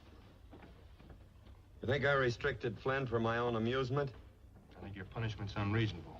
To cancel a man's first liberty after so many months for a minor mistake. I'm gonna tell you something, Conway. I'm gonna tell all of you. I'm gonna make it nice and simple so you'll all understand it. They handed me you guys as a present, a regular Easter basket. And they told me to get you into some kind of shape so you could handle a little piece of this war. And that's what I'm gonna do. And that means I'm gonna tell you what to do every day and every minute of every day. I'm gonna tell you how to button your buttons. I'll even tell you when to blow your noses. And if you do something I don't like, I'm gonna jump. And when I land, it'll hurt. I'm gonna ride you till you can't stand up. But when you do stand up, you're gonna be Marines. Flynn stays here. X the hard product of a hard school. Tough luck, Flynn. Well, if my brother doesn't get to go to town, I'm not gonna go either. Shut up. Who you telling to shut up? You shitty. Hey, Shipley, we better get out of here before we all lose our liberty. I want to see some of those Wellington babes.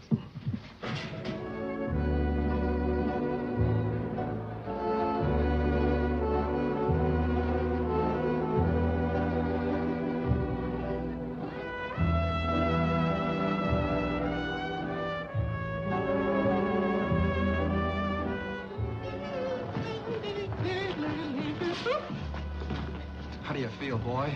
Like a bird. A little bird with feathers on it. Well, don't fly away, little bird. I can't.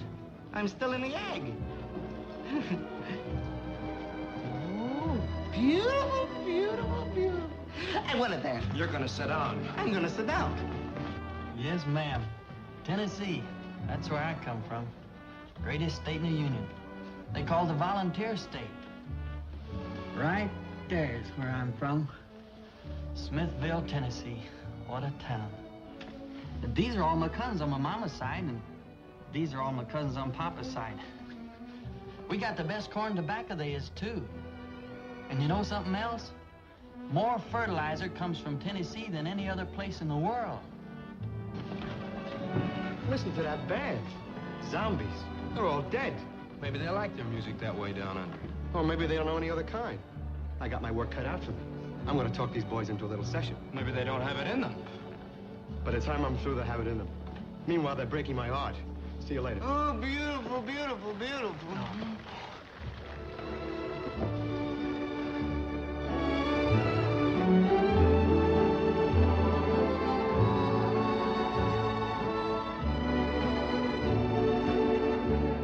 There is a happy man. Wait till tomorrow morning. Oh, don't be a killjoy. Go on, dance. I'll watch you. I'm not much on dancing. You might try just this once. No, thanks.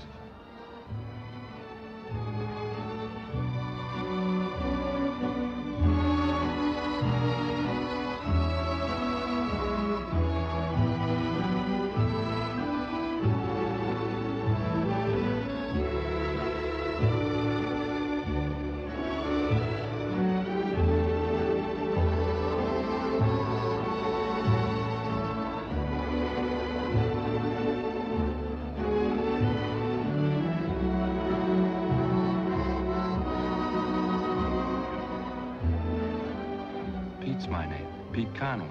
Allison. Hello, Allison. Hello, Pete.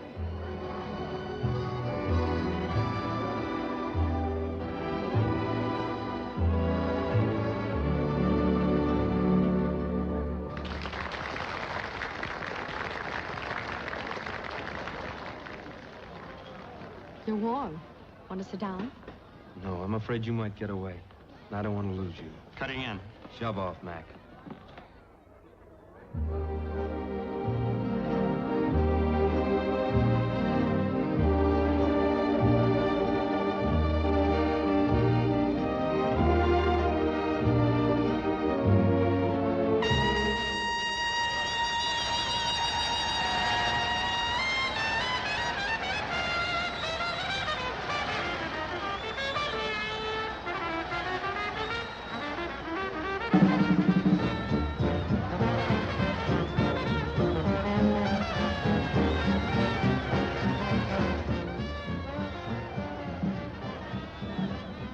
What would you say if I suggested we went outside for some fresh air? I'd say I'm not supposed to leave the club with service men. But to you, I'd say yes.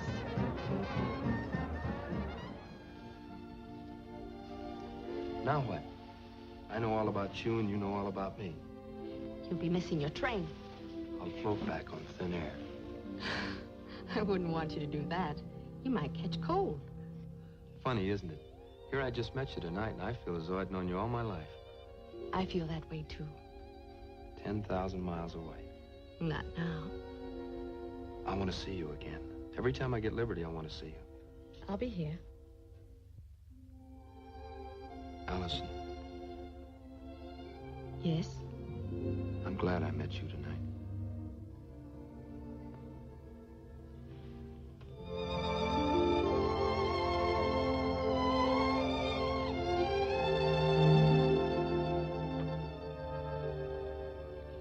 The train.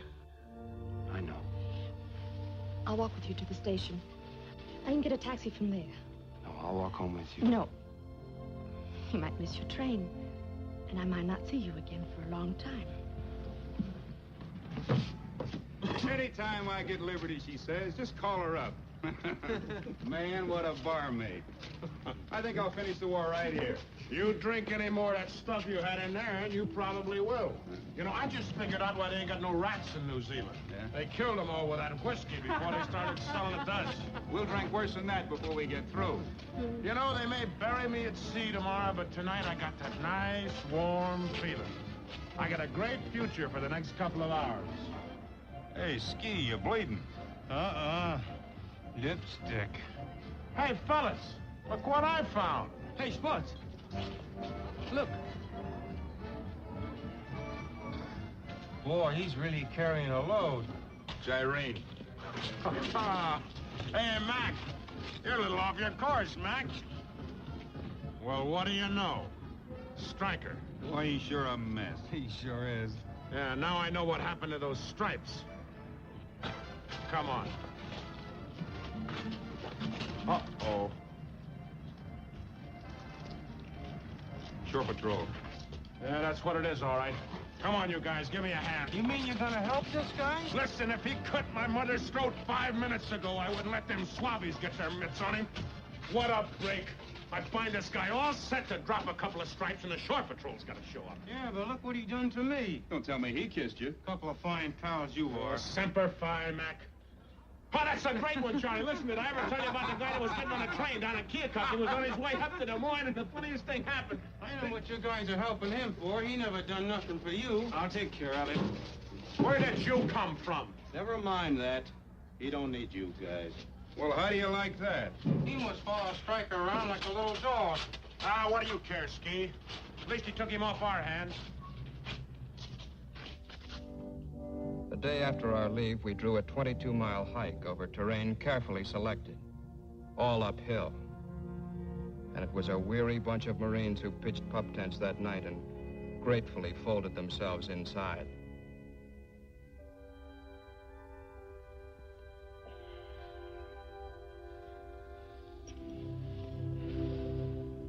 Bob. You believe in love at first sight? All kinds. I never did before. I sure do now. Why do you have to tell me now? Because I'm thinking about it now. Bob, I'm gonna marry that girl. What girl? Girl I met last night. You'll feel better in the morning. I couldn't feel any better than I do right now. You know, I've been thinking. Why do men get married during a war? Don't know. It's the worst time. I used to fool around a lot, but I never thought about getting married. I know a lot of girls back in the States, but... You know, I think it's because when you get out here, you're close to things.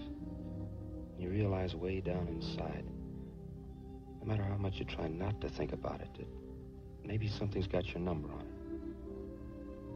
And you want to leave a little bit of yourself behind. It doesn't matter whether it's a boy or a girl. Just so long as you know you won't be forgotten. There'll be someone who'd never have lived if it hadn't been for you. Am I right?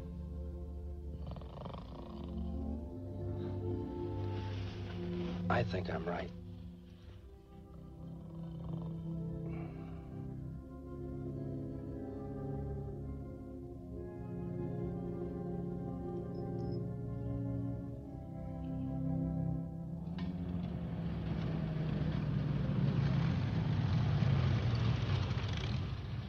Hey, Conway, you got a pass?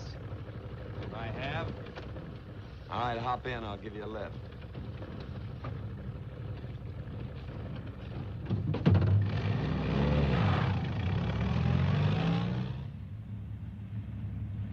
I hear you got a girl in town. What if I have? Well, they say she's a very nice girl. They talk too much. You serious about her? You know, with things the way they are, this is no time to start getting serious with a girl. Don't know how long you're gonna be here. Don't know when you'll be back again. Don't even know how long you're gonna be alive.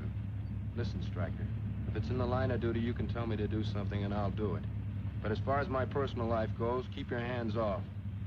It's the same thing your father would have told you. And I wouldn't have listened to him either. That's right, you never did. How do you know? He told me. What did he say? Never mind, I'll tell you what he said. He said I was a disappointment, right? He said I didn't have what it takes, right? He said I wouldn't be able to stand up for myself, right? You're doing the talking. No, Stryker. My father's doing the talking. Every time you open your mouth, my father's doing the talking. Every thought you think is my father's thought. It's as though he were standing at my shoulder all the time. But he didn't always say the right thing. And he didn't always think the right thing. You're gonna find that out. When the time comes, you're gonna find that out. But until then, leave me alone. Do you want to lift into town or not? Yeah, sure.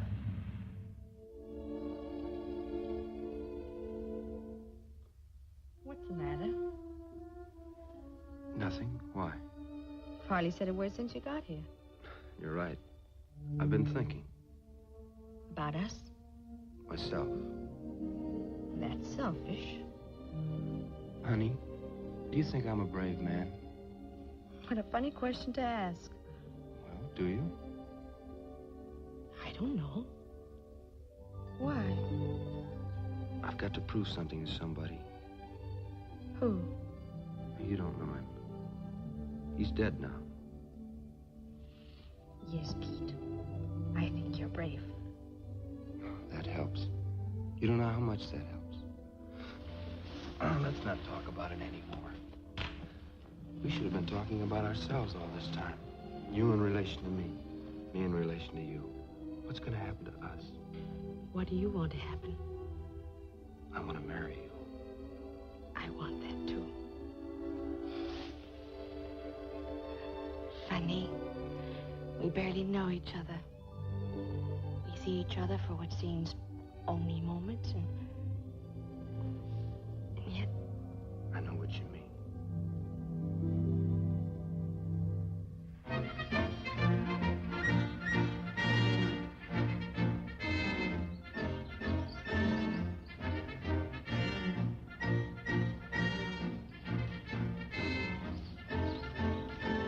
Joint gig. Not going to the wedding, huh? No. Sarge, I guess I better get a transfer. I can't learn this bayonet business. I'm all thumbs. On guard. What? Oh, no, Sarge, not again. I haven't got well from the last time. On guard.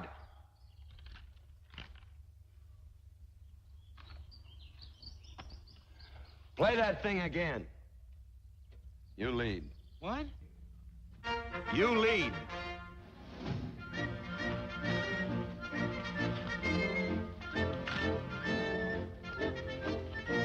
Shift your weight. Left. Left.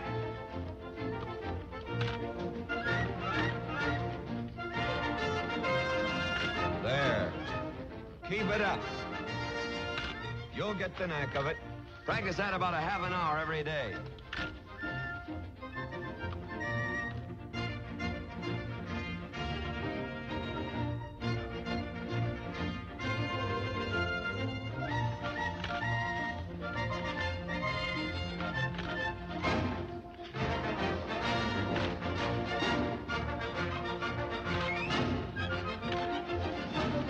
Hey, Sarge! I got it!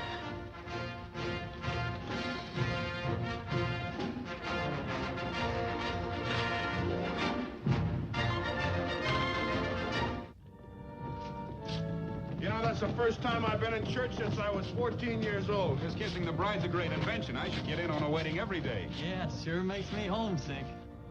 What's the matter with you? He looks the same. Now, how do you expect him to look? Oh, you know, married, wrinkles around the eyes, worried like me. 44 hours and 34 minutes left. Get going. Excuse me, Splits. Here's your little wedding present from the gang. You've all been so wonderful, I don't know how to thank you. Are you sure you've got the right guy? I'm sure. Come on, get going.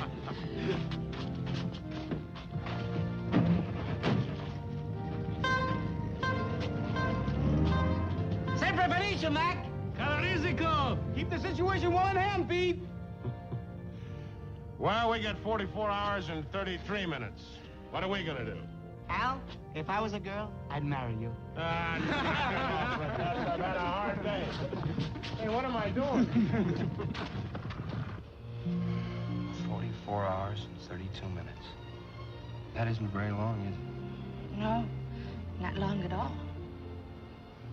I wonder how many other people have had just 44 hours and 32 minutes. Lots, I guess. But we'll make it seem a long time. Years.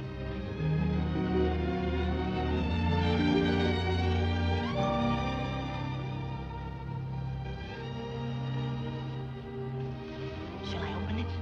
Sure. Go ahead.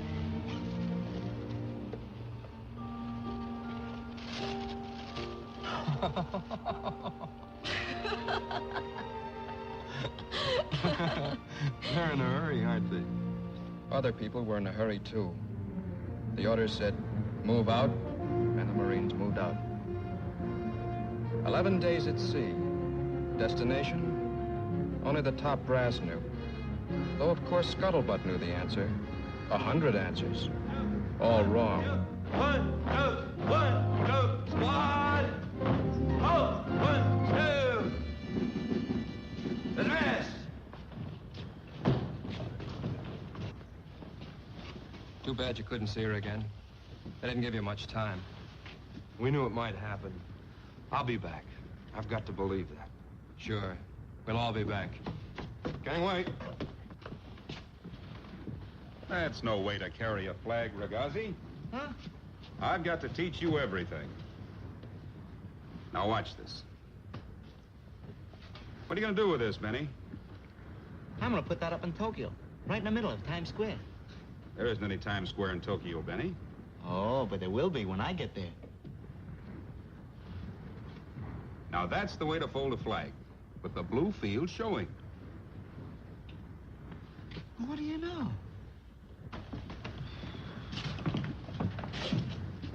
Hey, you got my shirt. Listen, it's my shirt. I'm telling you, it's my shirt. It's my shirt.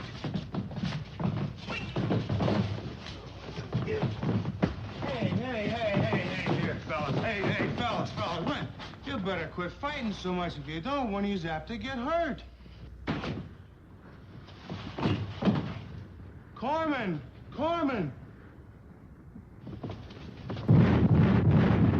What's that? Relax. It's the Navy clearing its throat. Sure don't sound like no squirrel gun. I hope those guys practice real good. What island do you think we're aiming at, Sarge? Man will give us a word when it's time. All right, men, here it is. Hey, it looks like a pork chop. What's its name? Tarawa? Never heard of it. Must be the wrong place. It's part of an atoll called Tarawa Atoll. This particular island is called Badio. Don't ask me how you spell it. You'll have to stick your faces into it, but you don't have to spell it. This is Red Beach 3. That's us. What do they got there? Everything. This island's held by a special naval landing force. That means Japanese Marines, the best they've got. They're dug in and they're mean. They'd just as soon die as stick a nickel in a jukebox. But that's all right. Let the other guy die for his country. You'll live for yours. By the time we hit this island, I want every man... What's the matter? Nothing? You better get over there. I can hear him from here. I said get over there. I don't want anybody in the outfit to get hurt because you didn't listen.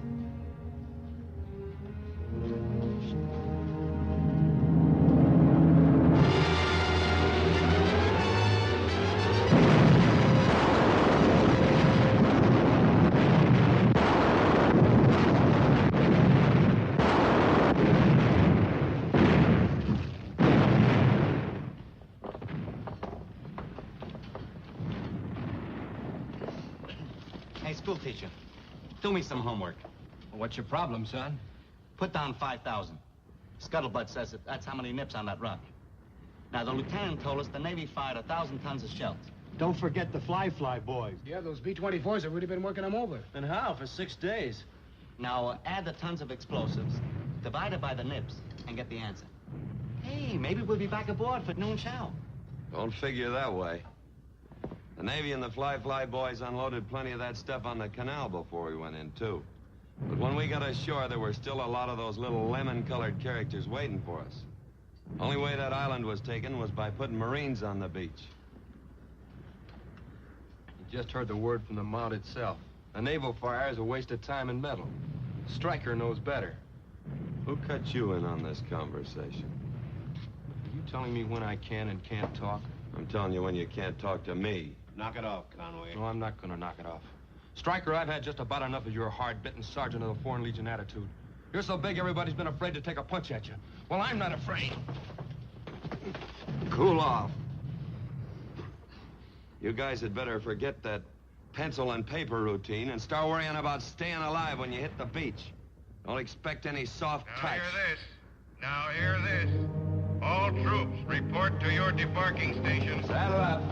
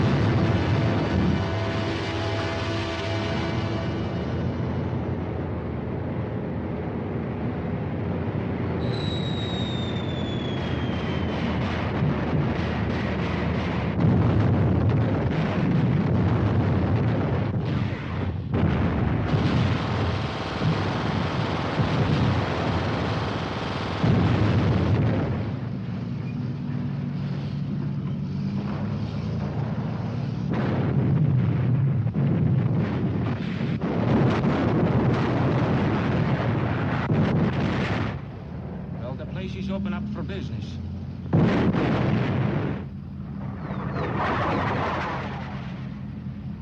Missed. Maybe they're firing blanks. Maybe they got a two-headed kid aiming for them. Hey, maybe this is just maneuvers, huh?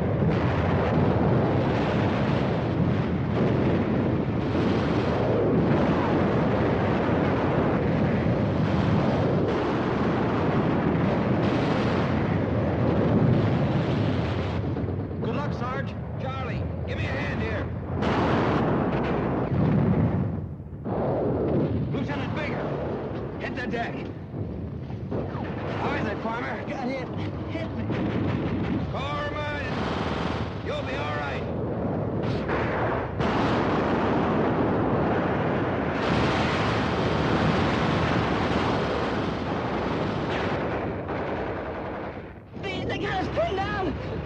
We can't get over these logs. I'm gonna go quicker, Lieutenant! Stay here, kid!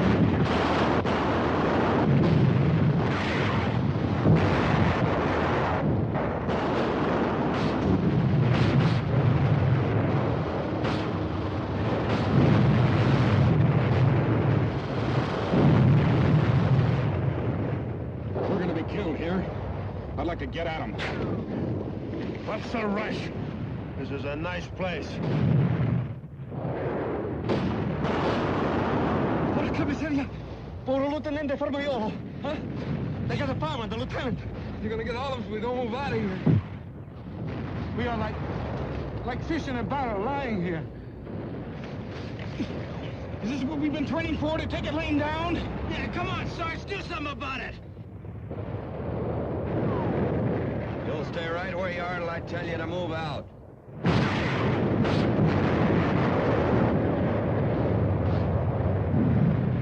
gotta get us out of here.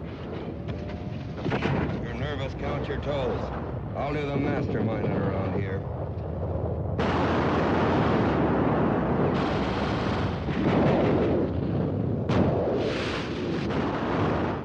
Where's Lieutenant Baker? Machine gun, sir. Your squad all right, Stryker? All but one. What's holding us down, sir? That bunker, an old power plant. Millions of pounds of bombs on this stinking place, and they're still killing Smoke, us. sir? Thanks. I've sent for flamethrowers to assist our demolition. I want your squad to support them. Follow me. Yes, sir. You heard this, Skipper. Move out and stay down.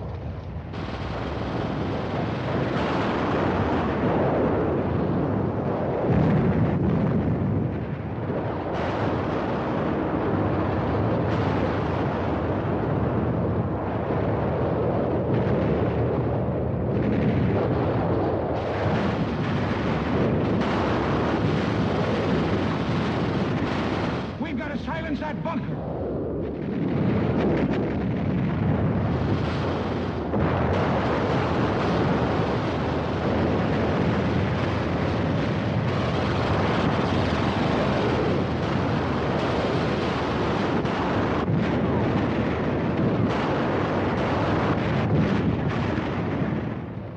Request naval gunfire be lifted on target areas. Coordinates 2460. Sugar.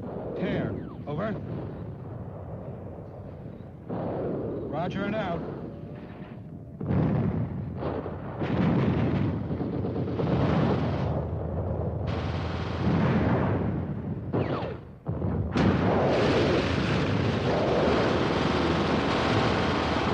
Flamethrowers out. Slavish first, down follow. Demolition up.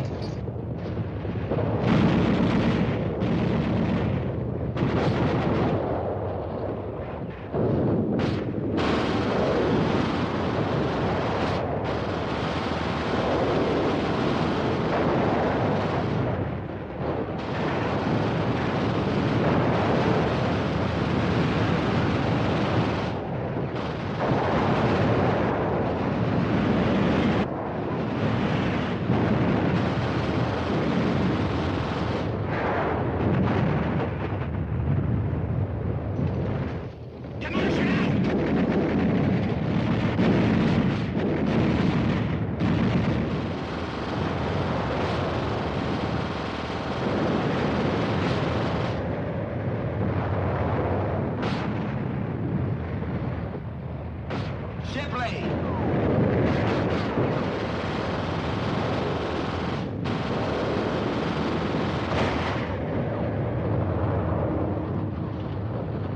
Give me a hand with this pack.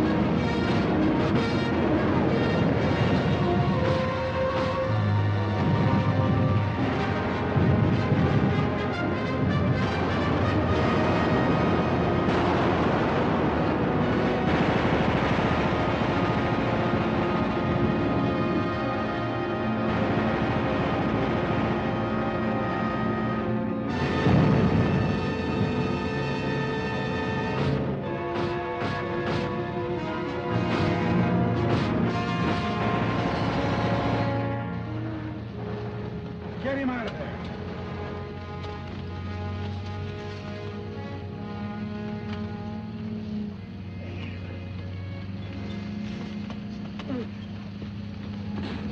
Well, there goes one of your nines, Striker. Now we get tanks. Better late than never. Come on! Coming! Coming! This way! Don't wait. They'll find me. Keep going. Get them from me. Find Stryker. Stick with him. He's good people. Tell him I...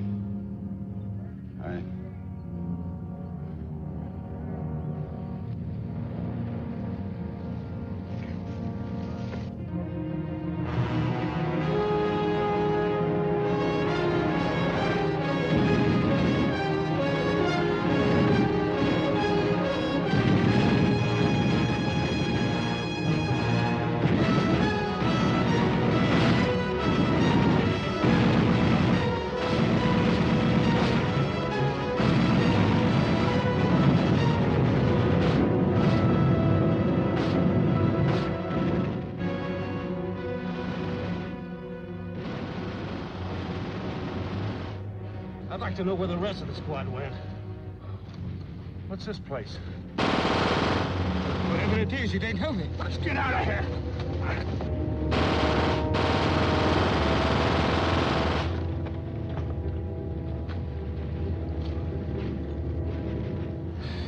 That was a close one.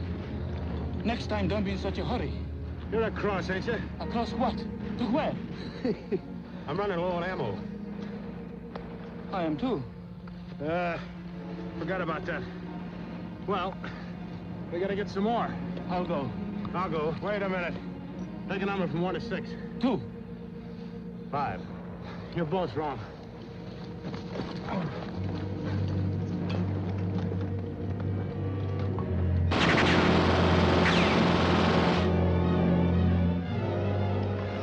That guy kills me.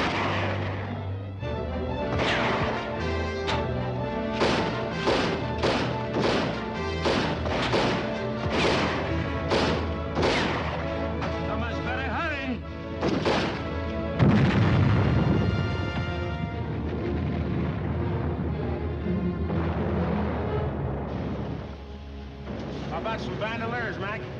Help yourself. How are things going up front? Pretty rough. Keep it coming. Good luck.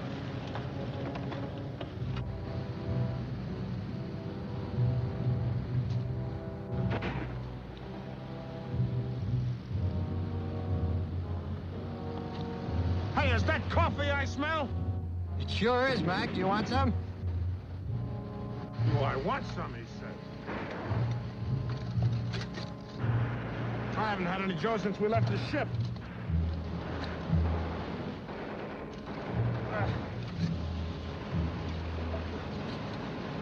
Boy, you Mortimer sure lived the life of Riley here. Here you are.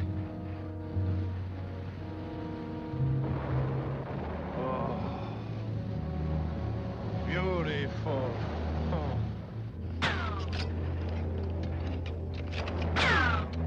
Where is that guy, Thomas?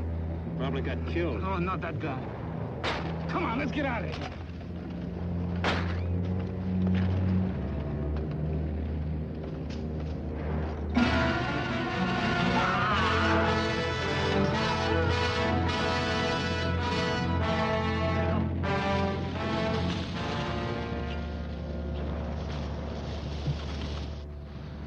have something to take back to a couple of buddies of mine? Sure, break out your canteen. Tell me, how's everything been going? Couldn't be better, Mac. Oh, this is the life.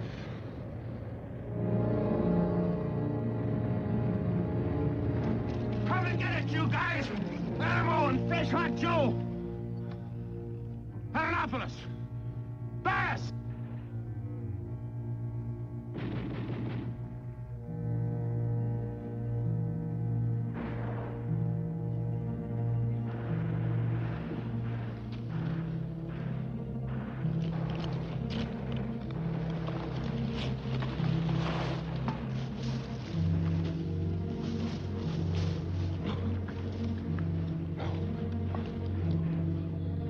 Hey, Greek.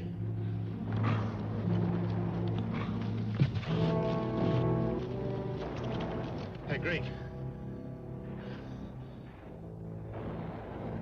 What kept you, Thomas? Where's Bass? Got it. No ammo. What kept you, Sports?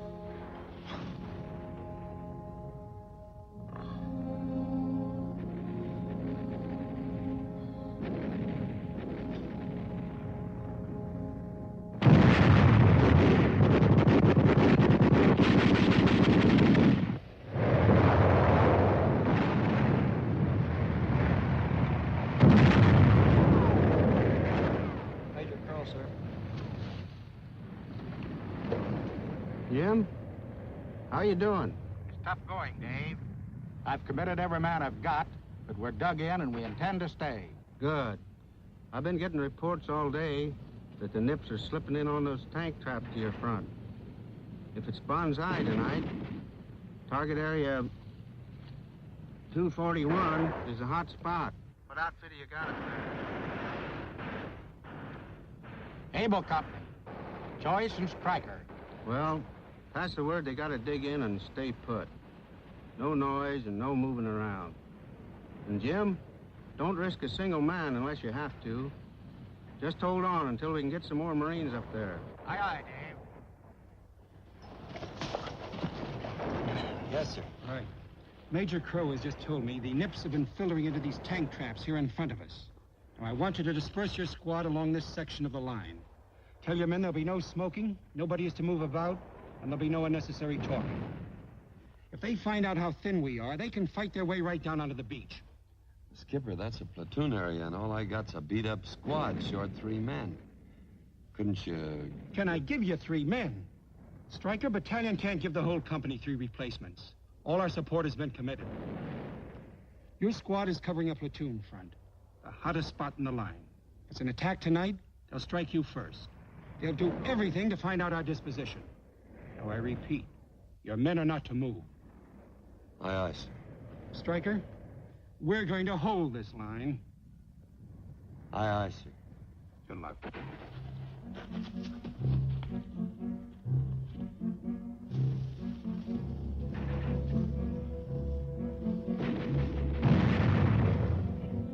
All right, saddle up.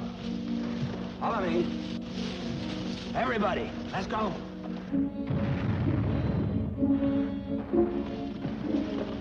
Drop off at intervals.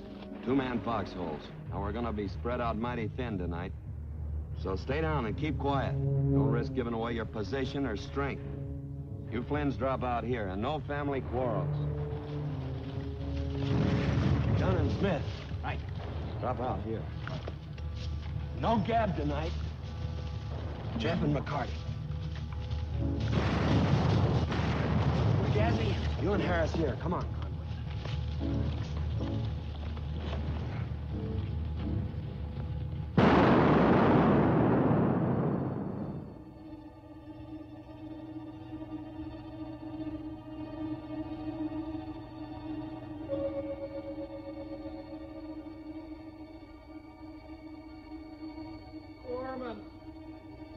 Listen.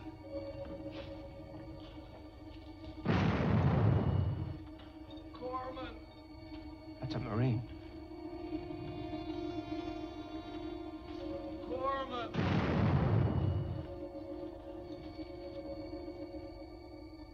Stryker! Get down and stay down. You had your orders. Don't move. There's somebody wounded out there. Quiet. Let's go over and get him. Stay down. Maybe an old Jap trick. They pulled it plenty on the canal. It doesn't sound like a Jap to me. I don't care what it sounds like to you. You stick your head up and you'll tip our position.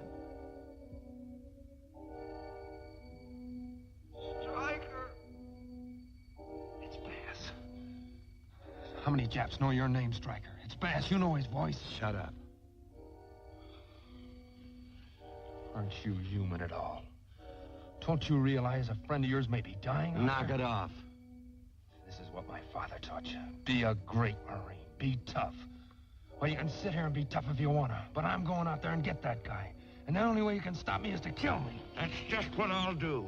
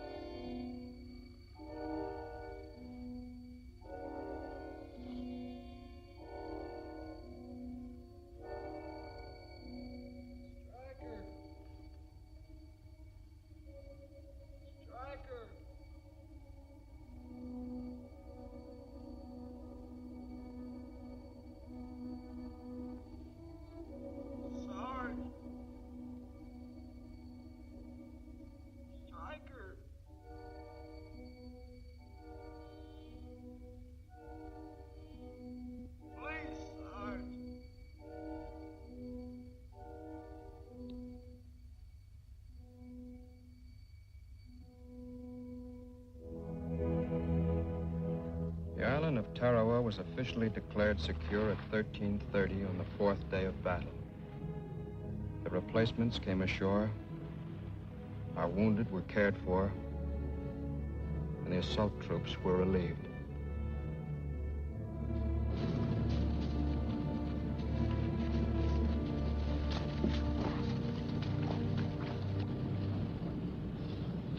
How am I doing, Chaplain?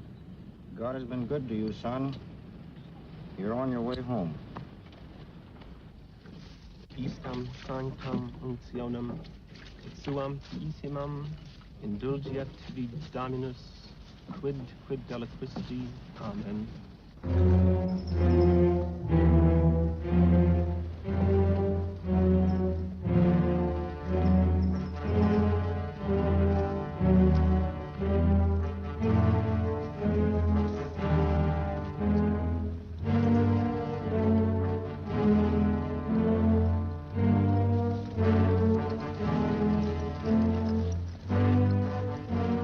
Somebody beat me to it.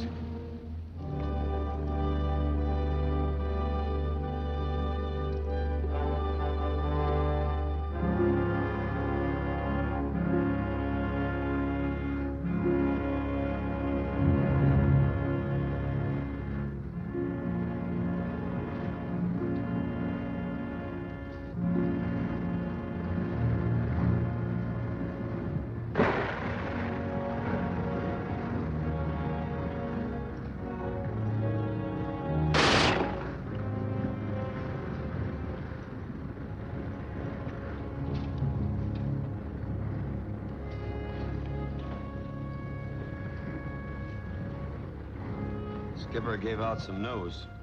Part of it's good, part of it's bad. They found Helenopolis. He's dead. He was a good Greek, that Greek. But Choinsky, Soames, and Bass made it. They're on a hospital ship, probably stateside bound. Oh, I wish I was with him. Now, let's get below and get cleaned up. Wash out those dungarees, and let's look like Marines.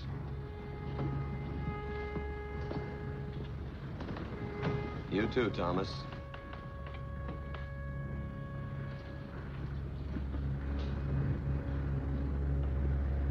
Done. Yeah. I got a couple of bottles of sake in my gear. Break it out and give it to the squad. Right. Tell them you got it off a dead net.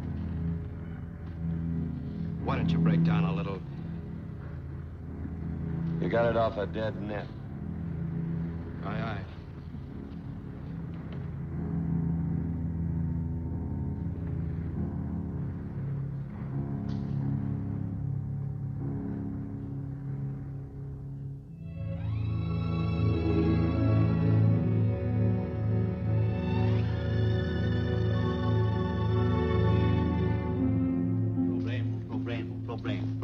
What's eating you? You know what Stryker's got lined up for tomorrow? Another squad problem. And I'm so tired of problems. In fact, I'm tired of Stryker. I'm also tired of beautiful Hawaii. Me too. Hey, champ. What do you think of beautiful Hawaii? I don't want to talk about it. Climb it up again. You haven't made with the word since Tarawa. What's with the silence, champ? Knock it off. Hi, you got room for me? Hey, Farmer! What do you know? Farmer! They give you time off for good behavior? Yeah, that's what it was. Hey, where were you? Pearl Harbor? Yeah, nice place. Pretty nurses. Oh, boy, I'm willing to give somebody $5 to shoot me in the foot. I'll do it for $250. You're too willing. Hey, there's some replacements out here assigned our squad. I brought them along with me. Oh, great. We build up the joint and they come and live in it. Let's take a look. This is Stein and Fowler and McHugh. Oh, no, he's Fowler, Mike McHugh. All the way from Cedar Rapids to see if this war gets over in a hurry. How old are you, Junior? 19. How old? Well, 18. Going on 18. We heard some scuttlebutt about the squad leader, that he's tough. There are rumors to that effect. Doesn't scare me a bit. Tough sergeants just roll off my knife. McHugh, you're gonna find your first few days with Sergeant Stryker very interesting. You new man, come with me.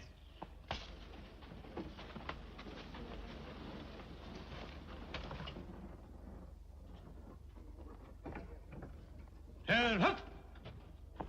Charlie, how are you? Certified able to return to duty. Still the medics, say. Good. The replacements came up with me. Well, they're getting younger all the time. Are we getting older? Or both. Yeah. Well, I can stand having you back. Oh, I can stand being back. Say, what happened to the rest of the squad after I got mine? Who besides the Greek, Shipley, and Thomas? Well, Choinsky... Thomas. He never got a scratch. Huh? Well, I was sure he got it. Why? Well, when we got stuck in the trench, he went back to get some ammo. He never showed up again. How long between the time he went back and you got overrun? Oh, about 40 minutes. 40 minutes. Stay here.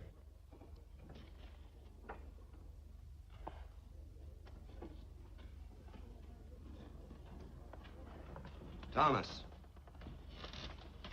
Yeah? Outside.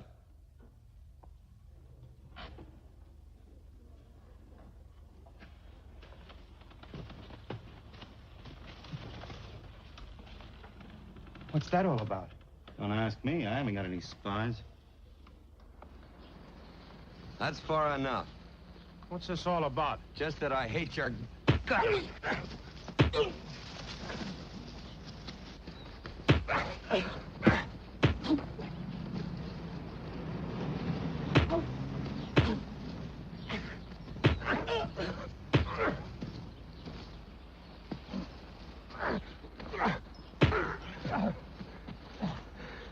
Get up. You doped off and got one of my men killed, and one of them bayoneted. You haven't had enough. Get on your feet. Stryker! Hunt! All right, break it up. What's your name? Sergeant Stryker, Able Company, sir. And you? PFC Thomas. Able Company, sir. This may take some explaining before a court-martial. Help that man up.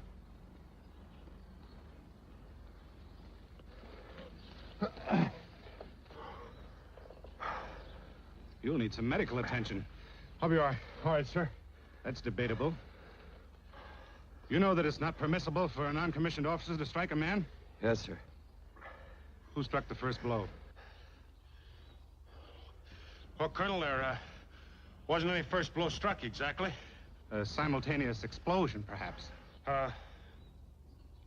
Judo, sir. The sergeant was just showing me how to break a judo hold. Well, there'll be no more judo exhibitions. You understand that, Sergeant? Aye, sir.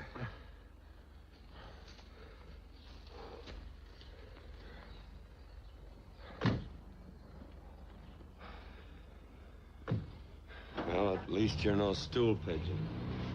Wait a minute, Stryker. I'm wrong. Dead wrong. I know it. Sure, I doped off for a couple of cups of coffee, but I didn't think a few minutes mattered. It did. I know that now, but I didn't then. It's killing me. I can't sleep nights. 100 times I wanted to tell you. Tell somebody I like that Greek. Do anything for him. Why could I change